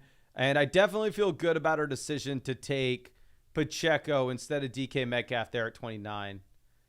Say we go Metcalf there, we would then at that point probably have to go with either James Cook at 44 or Rachaad White at 53. Specifically in a private draft, I don't necessarily think you want to risk it by taking 5 receivers straight.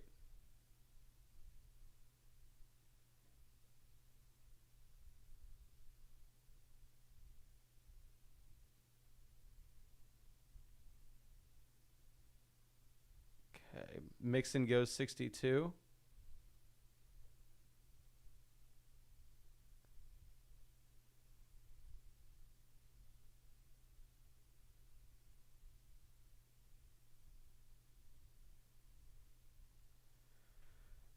That team at 9 decides to go bully QB. They take Hurts to pair with Brown. They go Kyler to pair with Harrison.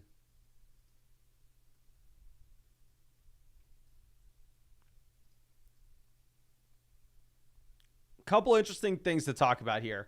And Danny finally gets his way. Rome Odunze is now officially ahead of Keenan Allen in ADP. Keenan goes ahead of Rome in this draft.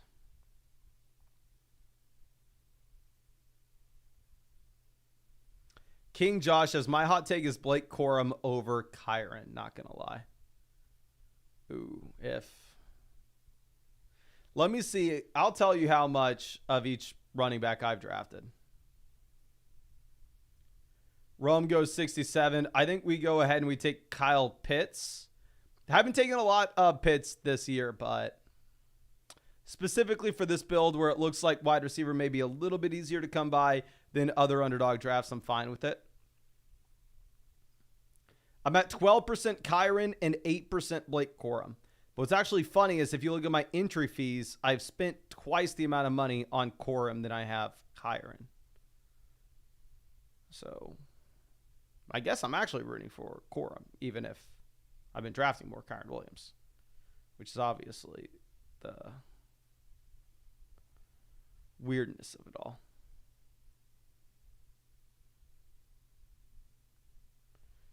Okay, Montgomery off the board at pick 70. Ingram goes directly after Kyle Pitts here. Okay. Eli says, why did Mixon go at 62? I thought he was a third round guy. So if you are getting into some of these underdog drafts, you are going to see that you can typically get really good values on running backs later than what you would typically expect in like your regular ESPN draft or your regular Yahoo draft. So definitely expect that some of these running backs are going to slide a little further, which is why if you look at my rankings on flockfantasy.com or you look at my rankings in a redraft video, you'll see I do have Breece Hall ranked ahead of Amon-Ra St. Brown, but because I know that you're going to end up with players like Joe Mixon around 6, Rashad White at pick in round 5 or 6, there I decide to maybe pivot over and go with St. Brown in the first. Here we will take Jackson Smith-Njigba at pick 77. And so far at receiver, we have St. Brown, Waddle, Rice, McLaurin, JSN. Running back, we have Pacheco holding down the fort. Tight end, we have Kyle Pitts. And Roscoe, yes, super chats are off. We're not going to do super chats anymore. Everything's going to be through flockfantasy.com. So right now what I've been doing is I've been answering the start sit questions, the trade questions, and the roster reviews through flockfantasy.com just with private podcast, because during the live streams we've been focusing on doing these drafts. Once the season starts, I'll be answering those questions on live streams rather than just privately off the stream.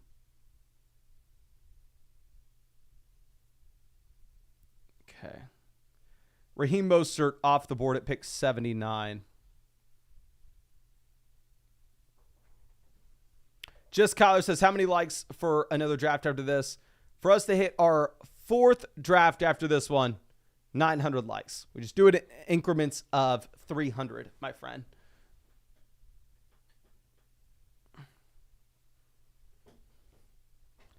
Okay, Aaron Jones off 82. Ladd McConkey goes 83.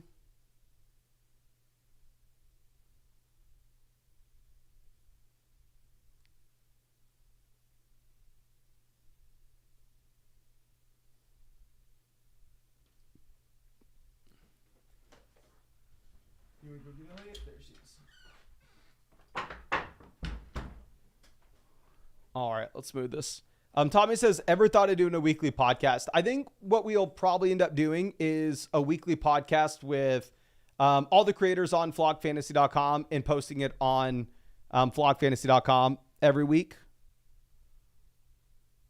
Recapping the league, recapping everything that happened. I think that could be really fun. Okay. DeAndre Hopkins off the board at pick 87.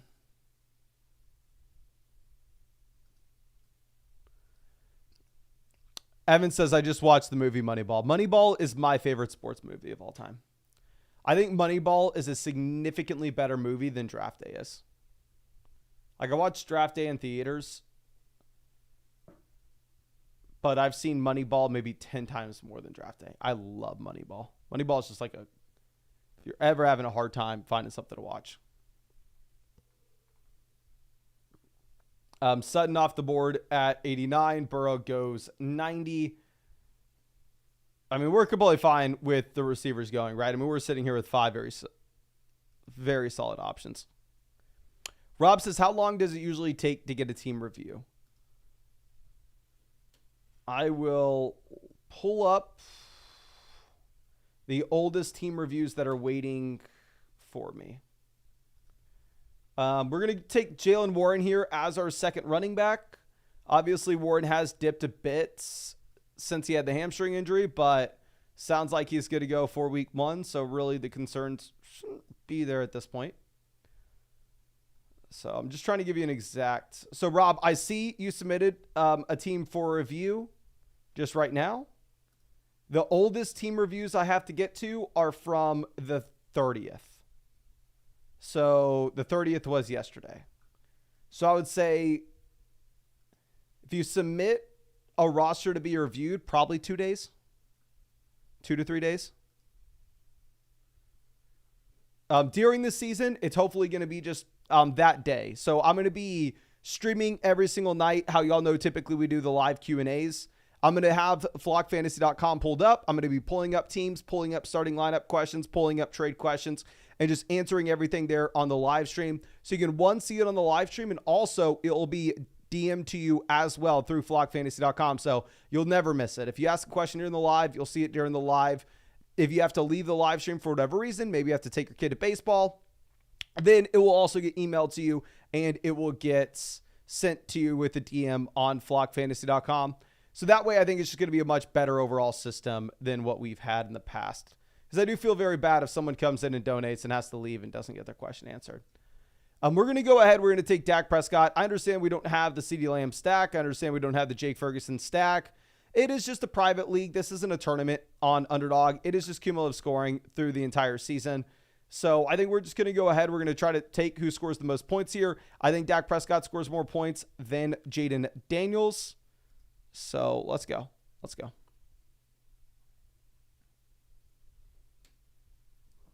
And Chase Brown off the board at 102. And yeah, we needed a quarterback, of course. I think we still take 3 quarterbacks specifically because of this setup where we're just going up against these 12 other teams and we are just trying to score the most points possible in weeks 1 through 17.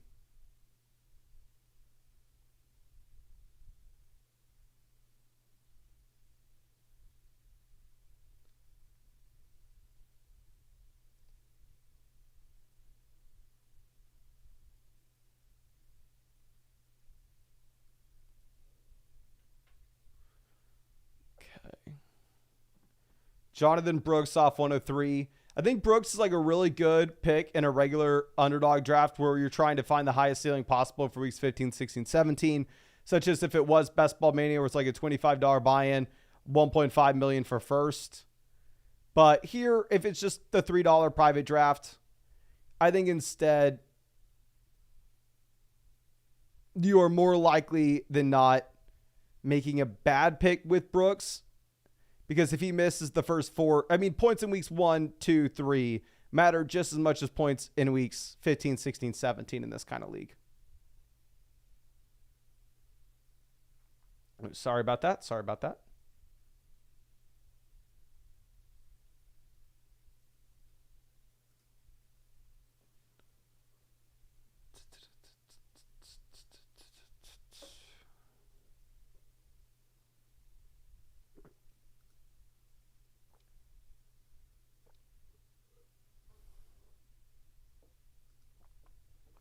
Shakir, Singletary, both off. I mean, running back we can still definitely go with, right? I mean, we are only sitting here with Pacheco and Jaylen Warren. So if we have another running back that we like making it to us at 116, we could for sure just go ahead and pull the trigger on him.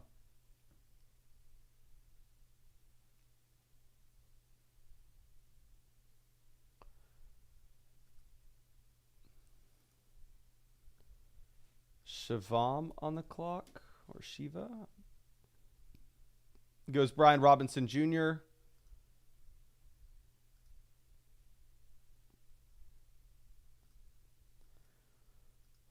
Kind of hoping that we are going to be able to get in Robinson.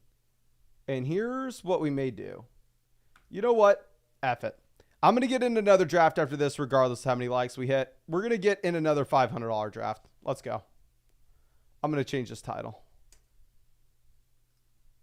This is a $1,000 fantasy football draft. We're doing 2 $500 drafts in the same stream. Let's do it. We don't have many days till the football season's here. We have Sunday, Monday, Tuesday, Wednesday. We have 5 more days where we can do these underdog drafts. Let's do it.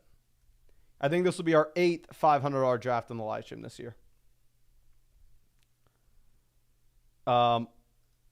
Let's take Shaheed, and this will probably be our last pick at wide receiver, specifically in a private draft like this, where we are trying to chase upside, upside, upside. Tommy says, technically 1,006. Technically, my friend, technically. But whenever I'm going up against y'all in these private drafts, I just kind of assume that I'm guaranteed the dub, right? So I don't view these as buy-ins. I'm crushing y'all. Crushing. So there's one spot open in that $500 draft. It's going to happen. It's going down. Cooks off the board at 119. Adonai Mitchell goes 120. We're hoping to see more wide receivers get drafted, of course. Beam says, how do I ask for trade advice? Go to flockfantasy.com, and there's a way that you can link your team and ask a trade question. But the $500 draft just filled. Y'all know, famously, we always get picks 9 and 10, usually pick 9. Take a guess of where we are picking in our 8th $500 draft on the live stream this season. Take a guess. Where do you think we are picking? Get it in the chat. Claim your I was correct sticker. We're to go with St. Brown, Jared Goff stacked up as these 2 QBs. I'm telling you this, you will never guess this in a million years. You will never guess this in a million years. And I'm kind of nervous because I don't have much experience drafting from this pick. I don't know if we've actually selected here at all before. We'll figure it out together. We are pick 9, ladies and gentlemen. Pick 9. Who got their tickets in? Yeah, so obviously we are pick 9. Of course, it wouldn't be a high-stakes underdog draft without Underdog giving us arguably the worst pick in the draft. I think what we're going to do is we're going to take Sticky Ricky here at pick 9. It's going to be a statement pick. We're going to let the league mates know that we are serious.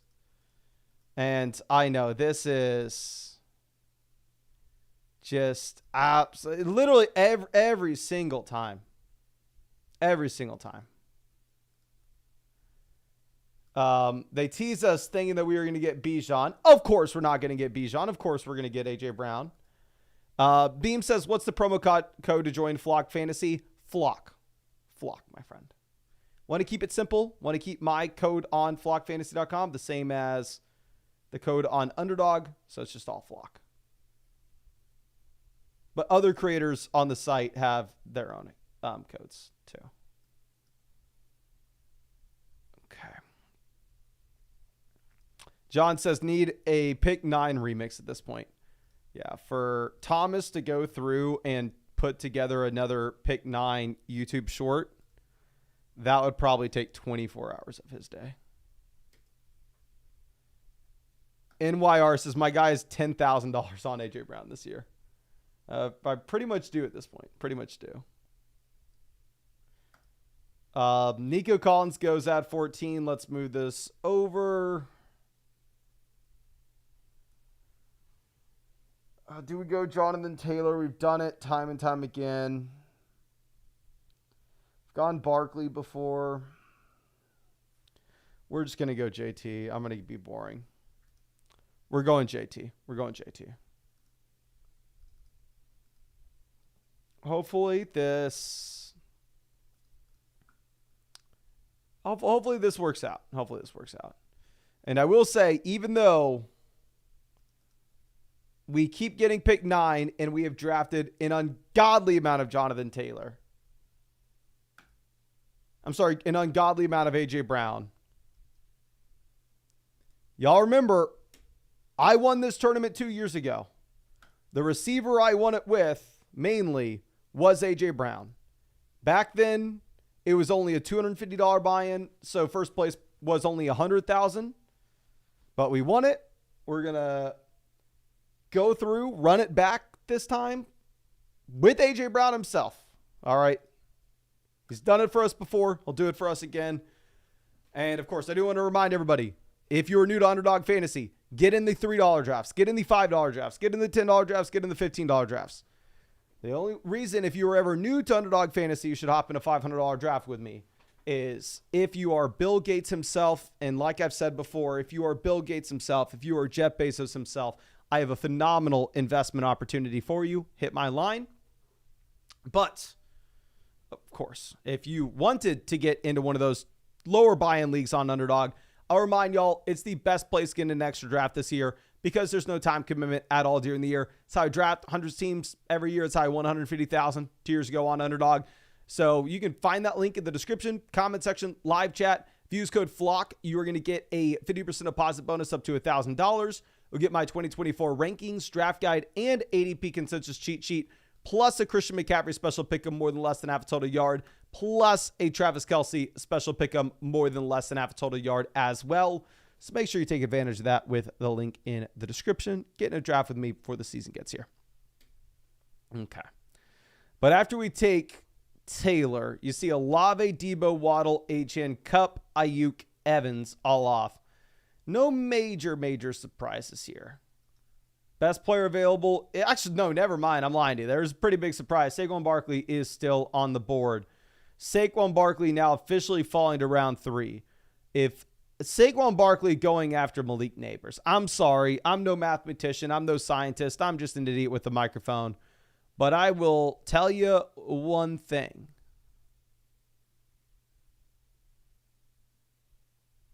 Taking Malik Neighbors over Saquon Barkley is not a good situation. Does not make sense.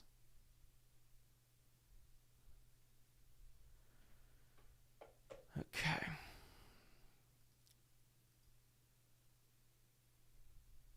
Frank says, y'all think Bill Gates would have been a king in ancient times? Real talk. Here's real talk. I have a friend who's has a really big podcast. This literally interviewed Mark Zuckerberg and hangs out around those people.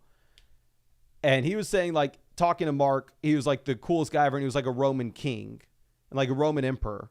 And my thing is, those people like Zuckerberg, regardless if you hate him, you love him. I know most people hate him for good reasons. I'm not saying you shouldn't. But those people are more powerful today than really anybody through history was. He has direct access to half the world's population with this thing, So it's not would these billionaire tech people be kings back in the day? No, they are more powerful than kings right now in this life. All right. Here's where we're at. Here's where we're always at. No idea what to do. Pick 9 freaking sucks. You would think I would have figured it out by now.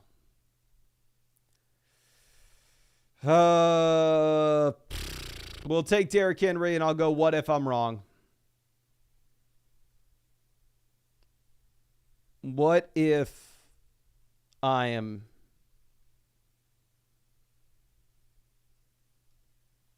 And what if Derrick Henry scores 20 touchdowns this year? I don't know. I don't think he's going to catch the ball. He's going to be 31 in January, but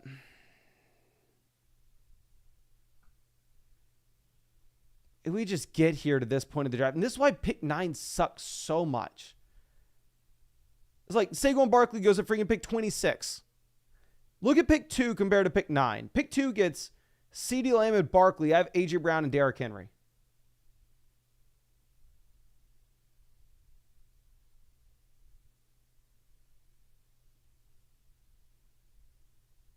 Josh Allen off. We need a receiver when we go Derrick Henry there. He's planning on maybe reaching on T. Higgins. T. Higgins actually ends up going at 38. So the guy we end up with is Michael Pittman Jr. And the decision that we'll be faced with is, do we go Anthony Richardson at pick 64? That's going to be the main question we have. Yes. Jake says, every time I click on the stream, you have pick 9. I know, my guy. I know. Imagine if my problem was, oh my gosh, Mason, every time you join a high stakes draft, you get pick 1. Every time I come in, you're at pick 2. Every time I come in, you're at pick 3, pick 4, pick 5, pick 6, pick 7, pick 8. I'd be fine with any of those. Give me any of them. Pick 9, pick 10, pick 11, pick 12. Just straight up pain. John says, you think Underdog would ever add a third round reversal, would make 9 through 12 more fair? I think dependent on the specific draft you're in, like some years of the draft, picks 9, 10, 11, 12 aren't as bad as they are this year. And also with the third round reversal, I think it would just make it a little more confusing for new users. So I would be, of course, I have no information on this. I have no power. I'm nothing. Okay. Just making sure we're all on the same page with this. But if I was Underdog, just thinking from a business perspective and trying to like easily show fantasy football players how you draft on the platform, how you do blah, blah, blah. I think adding a third round reversal would just add another complication to it from a regular fantasy football draft that wouldn't benefit drafts too much. Maybe this year it would have. This year I think it would have been a lot more balanced. But in other years when ADPs look different, I don't necessarily think so. Okay.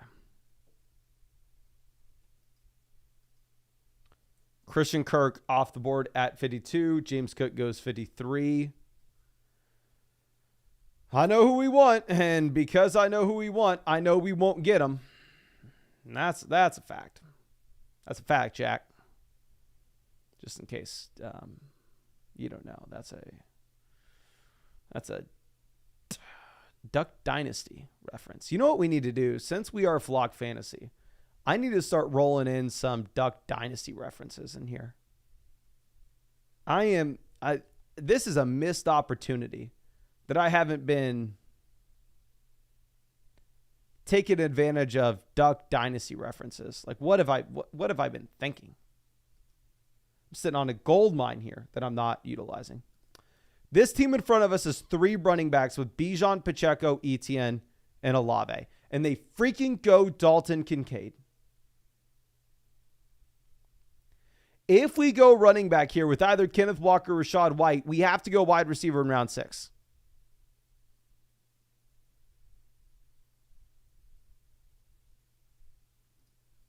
Smart drafters at the moment, they are taking Kenneth Walker. I have never and will never claim to be a smart drafter. So I will take Rachaad White. I think Kenneth Walker is probably a better running back. I think that they're in comparable offenses. Walker, from this coaching staff, they've been saying that he is going to be having the receiving role on third down, and you don't need to worry about Charbonnet. But personally, I do think Charbonnet is a much better back than Bucky Irving, and I would be more worried about Charbonnet than I would be Irving. So I'm going to go Rachaad White, but once we take White here at 57, this means no Anthony Richardson for us at 64.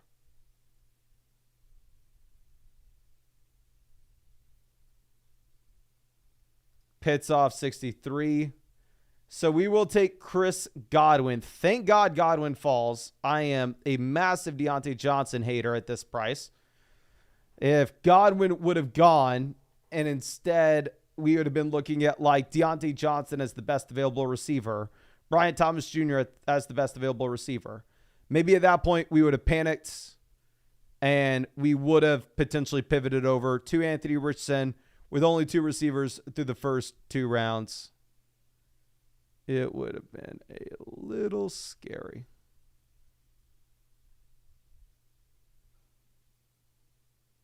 Okay.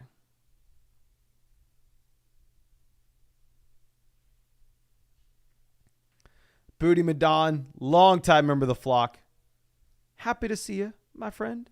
Thank you for joining as a YouTube member. I'm sure you've been a YouTube member before. Dan says, have you fully veered away from the elite quarterback builds this year? I've noticed you not taking stabs at those top 4 QBs as often as you used to. Couple different things. One, if you're looking at some of the other quarterbacks later on, such as A-Rich, you are seeing some other ADPs fall. And 2, I took so many of the elite level quarterbacks early in the season that I think to balance exposures and maybe not go as heavy in on elite level quarterbacks now could be ideal. I still really like their price tags, and any chance I get, like that team at 1 that goes Lamar Andrews, absolutely love it, and I stand by it. It's probably what I would do. But I don't know. Okay.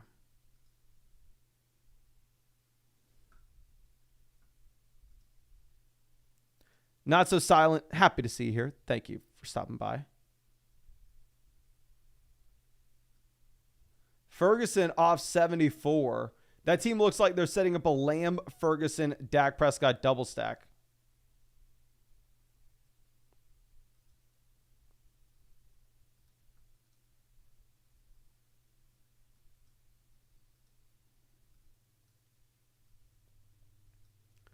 Jameson goes 75. So we actually have some picks that are mixing things up here, and we should actually get an okay value coming up here. The Millen Cake ended up going Deontay Johnson as their wide receiver 2. This is the team in front of us that went 3 running backs very early. They have Bijan, Pacheco, Etienne at running back. Wide receiver, they have Olave, Deontay Johnson. Tight end, they have Kincaid. Steve says Lamb put on 15 pounds, ? I did not see that. Did Lamb put on 15? And I got a little bit starry-eyed thinking there was a chance that Anthony Orson made it to us at 81 to pair up with Pittman and Taylor. Does not happen. Am I going to sit here and cry about it? A little bit, but I'll try not to annoy you too much with our tears.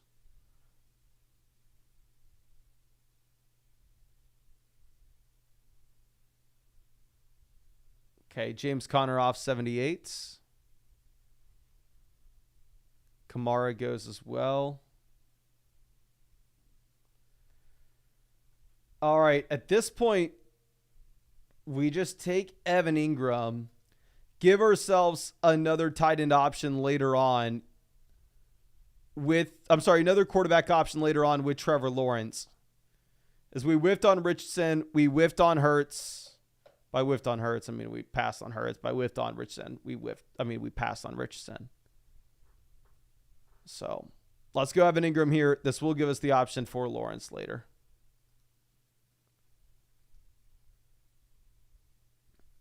Okay.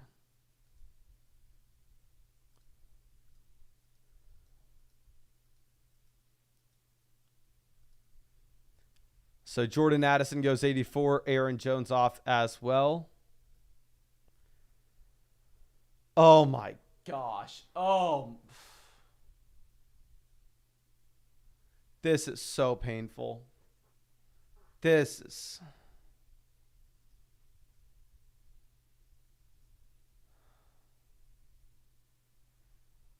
Oh my gosh. I think we have to. I think we have to take Cortland Sutton at 88. I was really hoping we were going to get Hopkins. I was really hoping that we were going to get Addison.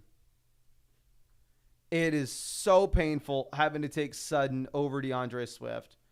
But you look at the draft board, you look at the fact that if we pass on Sutton, it's going to be extremely difficult later on to find wide receiver production.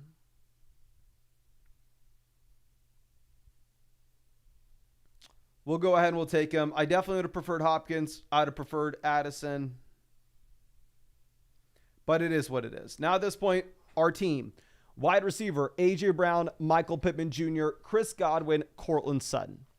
Running back, Jonathan Taylor, Derrick Henry, Rashad White. tight end Evan Ingram. All right, we in this. I don't know if y'all have seen the meme lately that's been on Instagram Reels. I have no idea what it's from, but it's the big dude going, all right, time to play the game. It's time to play the game. That's where I'm at right here. Let me know if you know what I'm talking about. And also, if you know what I'm talking about, let me know what it's from. I'd love the context in that because it's all over everywhere. I don't even think it's as funny as normal viral meme, but it is what it is. Okay. Joshua Palmer goes 96. Dak goes 98 to the Lamb Ferguson team. No big surprise there. Ant Doc says, just had the first pick and was able to grab Gibbs at pick 20. That is nuts. Okay. America says, HHH. Wildcard Fantasy says it's Triple H walkout song in WWE for a long time. It's time to play the game. All right, I'm going to look this up.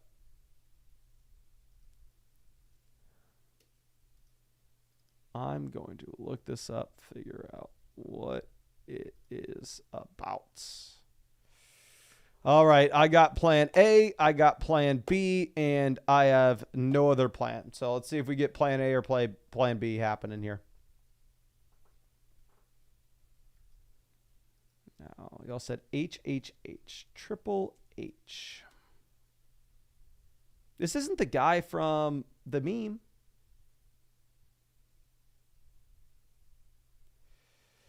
All right, we'll go back into our meme investigation a little later on. Jordan Love, come on down, my friends. Come on down. Join the flock. Let's see some passing volume in Green Bay. We don't have Reed. We don't have Watson. We don't have Jacobs. We don't have Dobbs. Maybe we can get Dontavian Wicks at 112. Maybe we can go Musgrave. Maybe we go Crab. Maybe we don't go anyone. Let's see. Caleb off the board at 106. I just think Love scores a lot of points here for this point, for this draft point.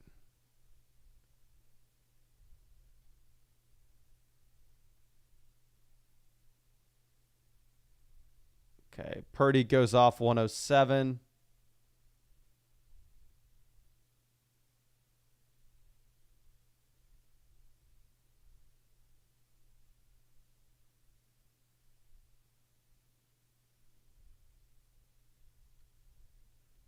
David Njoku was my plan B option there. We're going to go Njoku and then stop taking tight ends. Singletary 109.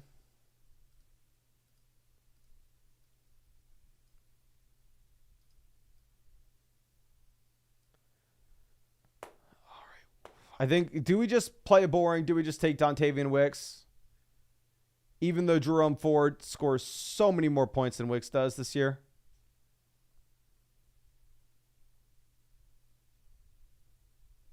Do we just take the receiver, say we have a stack with Love?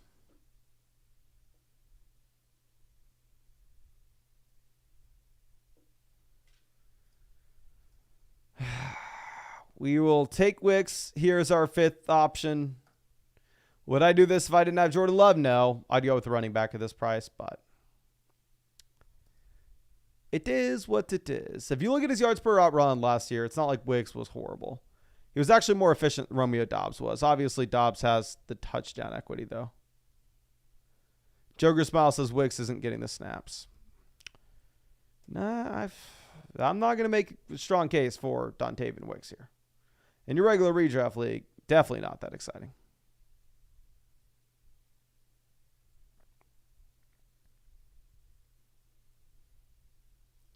Now, A.D. Mitchell goes 115, Shaheed off 117. Y'all saw in the other draft where I didn't have Jordan Love and we decided to go with the wide receiver in this range.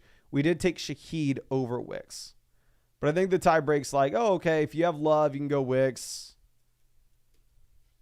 If you don't have Love, you can go with another receiver in this range.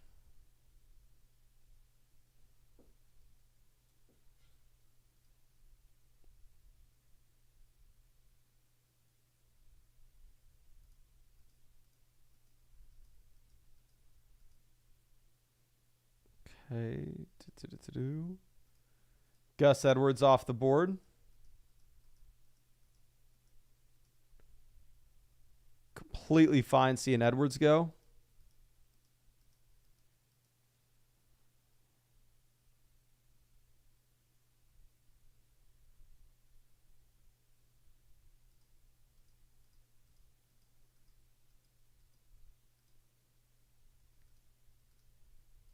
Okay, let's move this over. Tua gone. Quarterbacks, we have Lawrence to possibly pair up with Ingram. He goes to 124.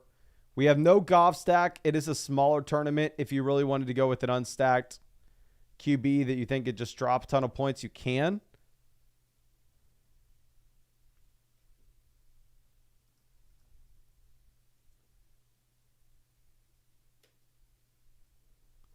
Severe says, I thought Wicks was an analytics darling. I would love to know what you're referencing. Like I said, his yards per route run were respectable last year, but outside of that, I don't know what would make him a quote-unquote darling. 129. Ah, dear God. And Mooney goes. So if you just look at the wide receivers that'll be available to us at 136, we're going to be looking at Michael Wilson. So I'm just going to take Tyler Lockett here. Lockett's been a massive faller. I've bought the dip, then I bought the dip a little more, and then he kept dipping. So I probably wish I would have stopped drafting him a month ago and started doing it now. But anyway, besides the point, kind of last tier drop that you're going to have at wide receiver. Might as well mix him in. We can get a running back that we like on the way back around almost regardless. But I do want to reiterate, like all these wide receivers that you have in rounds 10 on here, there's no reason you would ever be taking them in your regular redraft league because they wouldn't have the week-to-week reliability for you to be able to put them in your starting lineup. Just specifically in underdog drafts here, because it's best ball, wide receiver depth actually does matter, unlike your regular redraft league. Okay. Chubb off the board. Let's move this over. I know who I want here. The question is, do we get him? The question is, do we get him?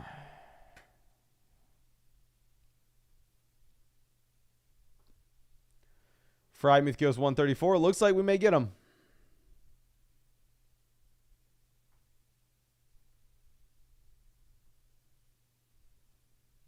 Here you going, Kava-la-man. Side note, if you have not been to Kava and you have a Kava near your house, highly recommend going. We're going to go ahead and take Trey Benson, 136. Actually, just traded away Trey Benson in the Flock League. I really like the price we got for him. We pivoted up from Benson to Ramondre Stevenson for a tier down at wide receiver. Obviously, Benson not going to roll at the beginning of the year, but the reason you are rostering him, the reason you are drafting him is one, James Conner's never played a full 17-game season. Two, James Conner is an aging running back. Three, Benson should be able to just naturally expand his role through the course of the season. Maybe give you a couple random usable weeks and have the elite level ceiling if you were to have a James Conner injury. Like Benson going back to back here with Ty Chandler, they're both very similar in that, these running backs are probably going to occasionally give you a usable week if Aaron Jones is healthy, if James Conner is healthy. But if the starter were to go down in front of him, there's where you see the upside. And in that case, I think Benson has a higher ceiling than Chandler. I believe Benson's the better running back and the better offense. Okay. Oh, let's move this over. QWXX says, is there a way I can just buy your draft guide, homie? Yes, flockfantasy.com. Use code FLOCK. You'll get 30% off any sub. If you want to pay $16 for a monthly sub and then immediately cancel that day, you can download the draft guide, and the draft guide will be $16 in that case, which it is. Obviously, if you're in a state that has Underdog, you only have to deposit $10 on Underdog to get it. So that's why typically I'm promoting Underdog before the season if you want the draft guide, because it's $10 versus the minimum on flockfantasy.com is $16. Okay. Wildcard says, Mason, not sure if you saw, but the metrics I've seen that favor Wicks are his yards per route run, win in motion, and his man coverage composite score, both leading Green Bay. I would love to see a large study of why yards per route run, win in motion is relevant. I feel like that is a statistic that is relevant for a coaching staff to see, to maybe go, okay, we should get this guy in motion a little bit more. But for you to base your fantasy football draft decisions off that, it does seem like just reaching to try to find any argument to make to draft a singular player. That's what I'd see. Okay.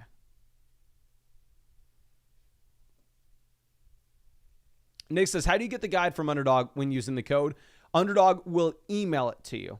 But you have to make that $10 deposit, then you'll get it emailed. May not happen the literal second that you do it. Just give it a couple minutes for it to come in.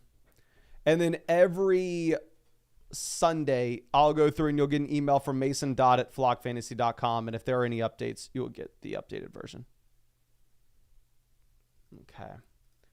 Let's move this over. Definitely go with another running back here if that's where the value is. Jalen Wright off the board. In terms of quarterback stacking options, Cousins doesn't do anything for us. Stafford doesn't do anything for us. Like I said, it's a smaller field contest, so if we just think that they're by far and away the best picks here, we can decide to take them.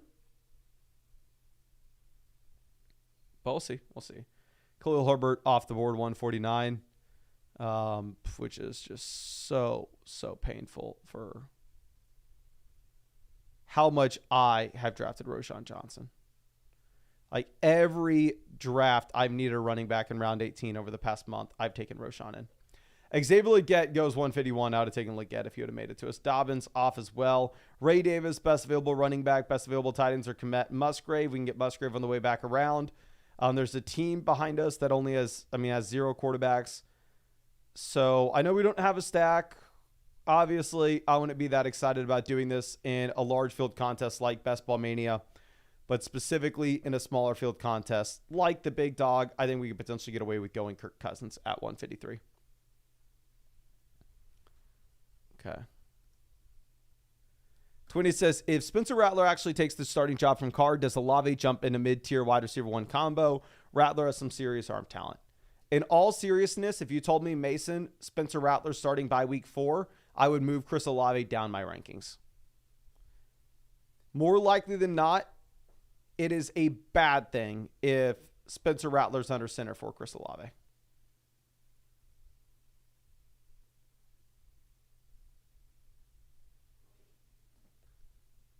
Bucky Irving goes 156. Sorry, 155. Adam Thielen goes 156.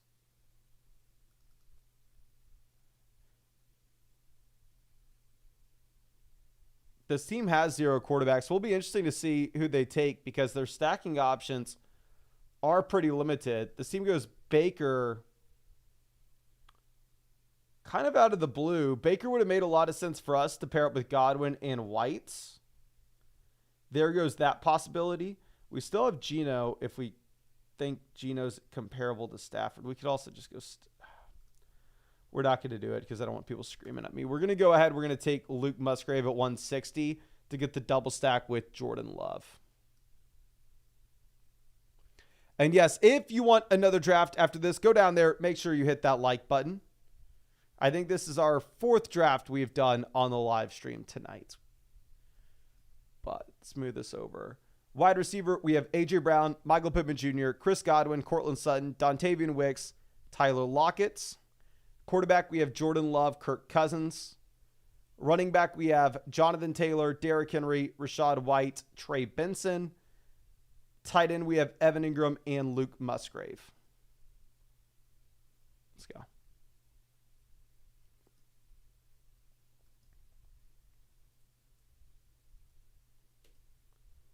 Antonio Gibson off the board, 164.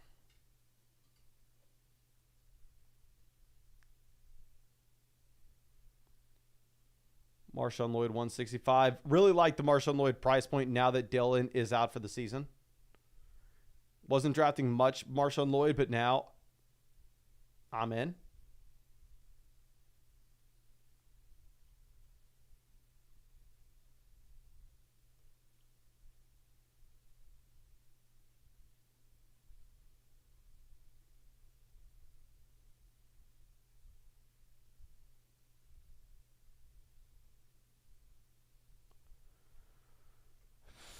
Stafford still falling here. Vidal off the board 167.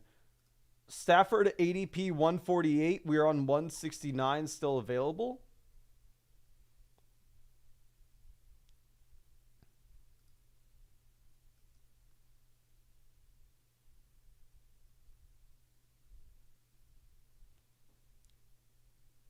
Okay, what's going to happen here?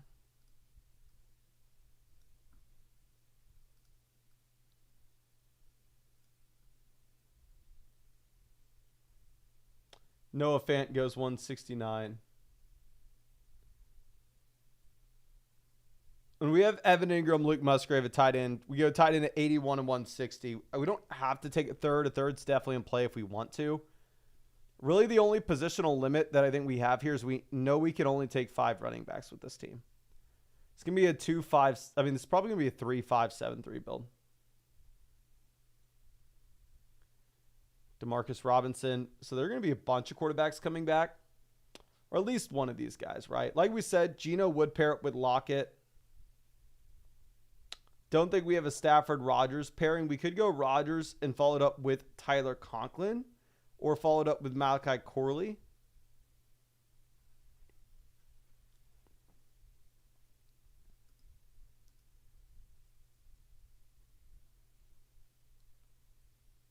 This team goes Greg Dortch as their 5th receiver.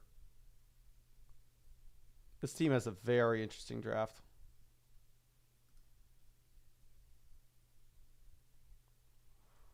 Geno, Darnold both go. So Geno was our potential stack there.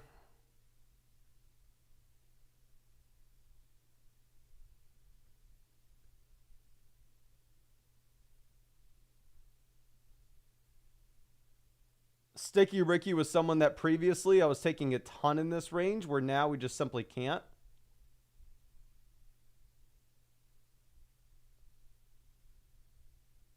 Like, I really thought Sticky Ricky was like a great price going to next, like Burton, Yoshi, Marvin Mims. That same thing. The Big Q was a great price. We can still go Big Q if we really want. We're going to take Rodgers here at 177. I just think Rodgers scores significantly more points than other people here. I know Bo Nix stacks with Cortland Sutton for us. Smaller field contest. I'm more concerned about the points rather than the stacks.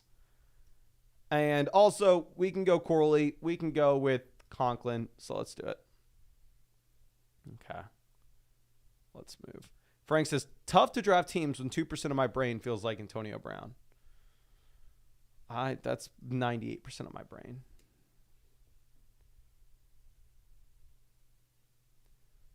Okay, so after we go Rodgers, obviously we're not taking another QB here.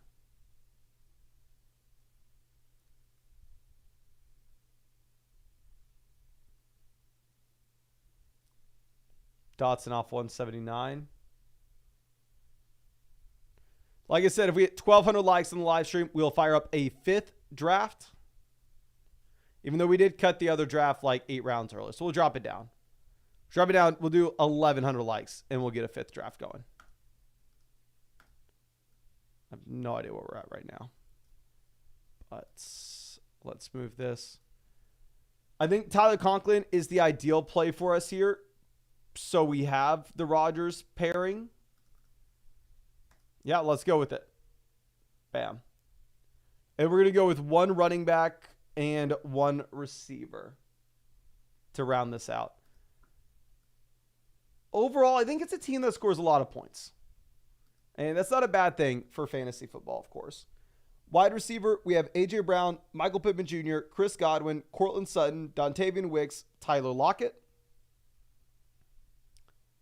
Running back, we have Jonathan Taylor, Derrick Henry, Rashad White, Trey Benson. We're going to take 1 more running back and 1 more receiver. Quarterback, we go Jordan Love, pick 105, Kirk Cousins 153, Aaron Rodgers 177. We have Love double stacked with Wicks and Musgrave. We have Rodgers stacked with Conklin. And then at tight end, we have Evan Ingram, Luke Musgrave, and Tyler Conklin. Okay.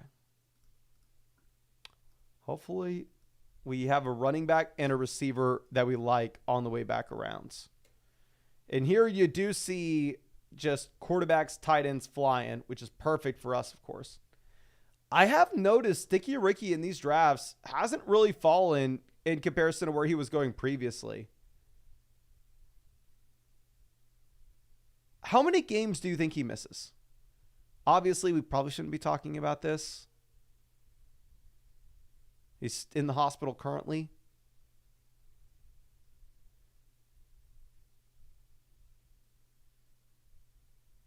But just between you and me, how many games does he miss? Because I figured he was no longer going to get drafted here. I thought nobody was going to be taking him at all, and he's going at his ADP and where we used to take him. Okay. Aaron says he misses all of them. Benny says he misses 5. Mass Collector 6 to 8. Q says 3 to 5. Trav says 4. Ant says 4. 8 to 10.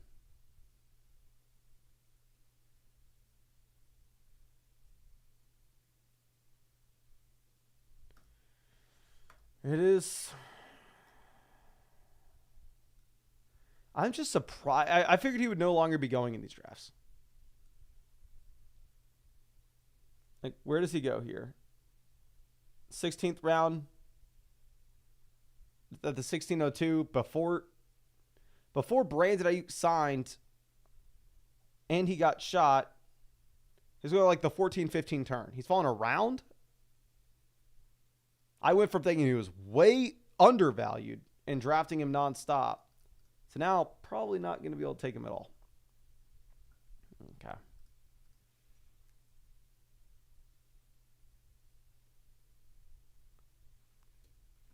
So estimate off the board 198. Don't make me do it.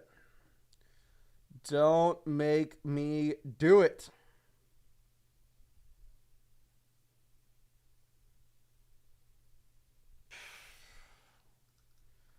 We're going to take Tank Bigsby, all right? All jokes aside, Tank Bigsby, I believe, is the running back I have the most dollars invested into this year. I will go ahead and pull this up real quick on my phone to confirm.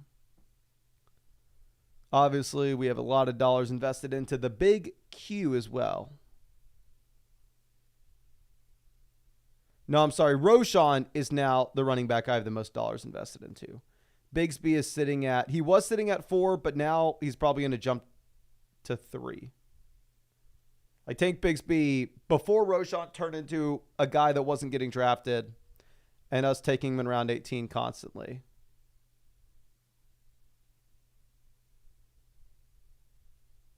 And yeah, Sticky Ricky actually is officially the player I've spent the most amount of money on in drafts.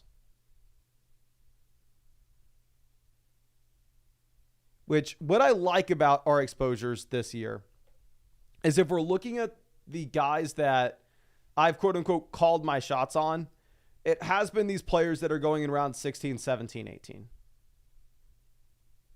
That's where I've been calling my shots. Like, I'm going to make a very bold proclamation here.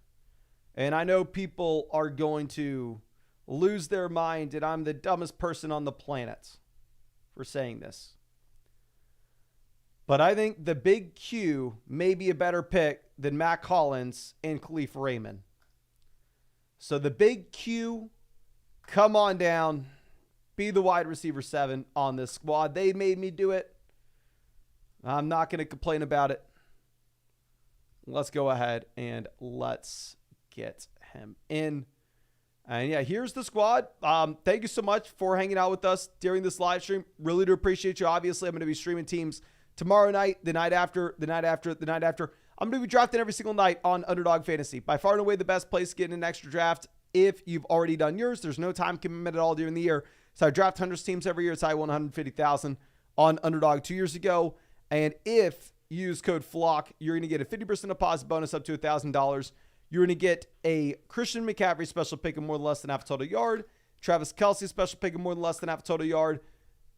And Underdog is available in pretty much every single state. You can see the map there, but thank you again. Really do appreciate you, ladies and gentlemen, and really hope I get to see you out in the live stream tomorrow night.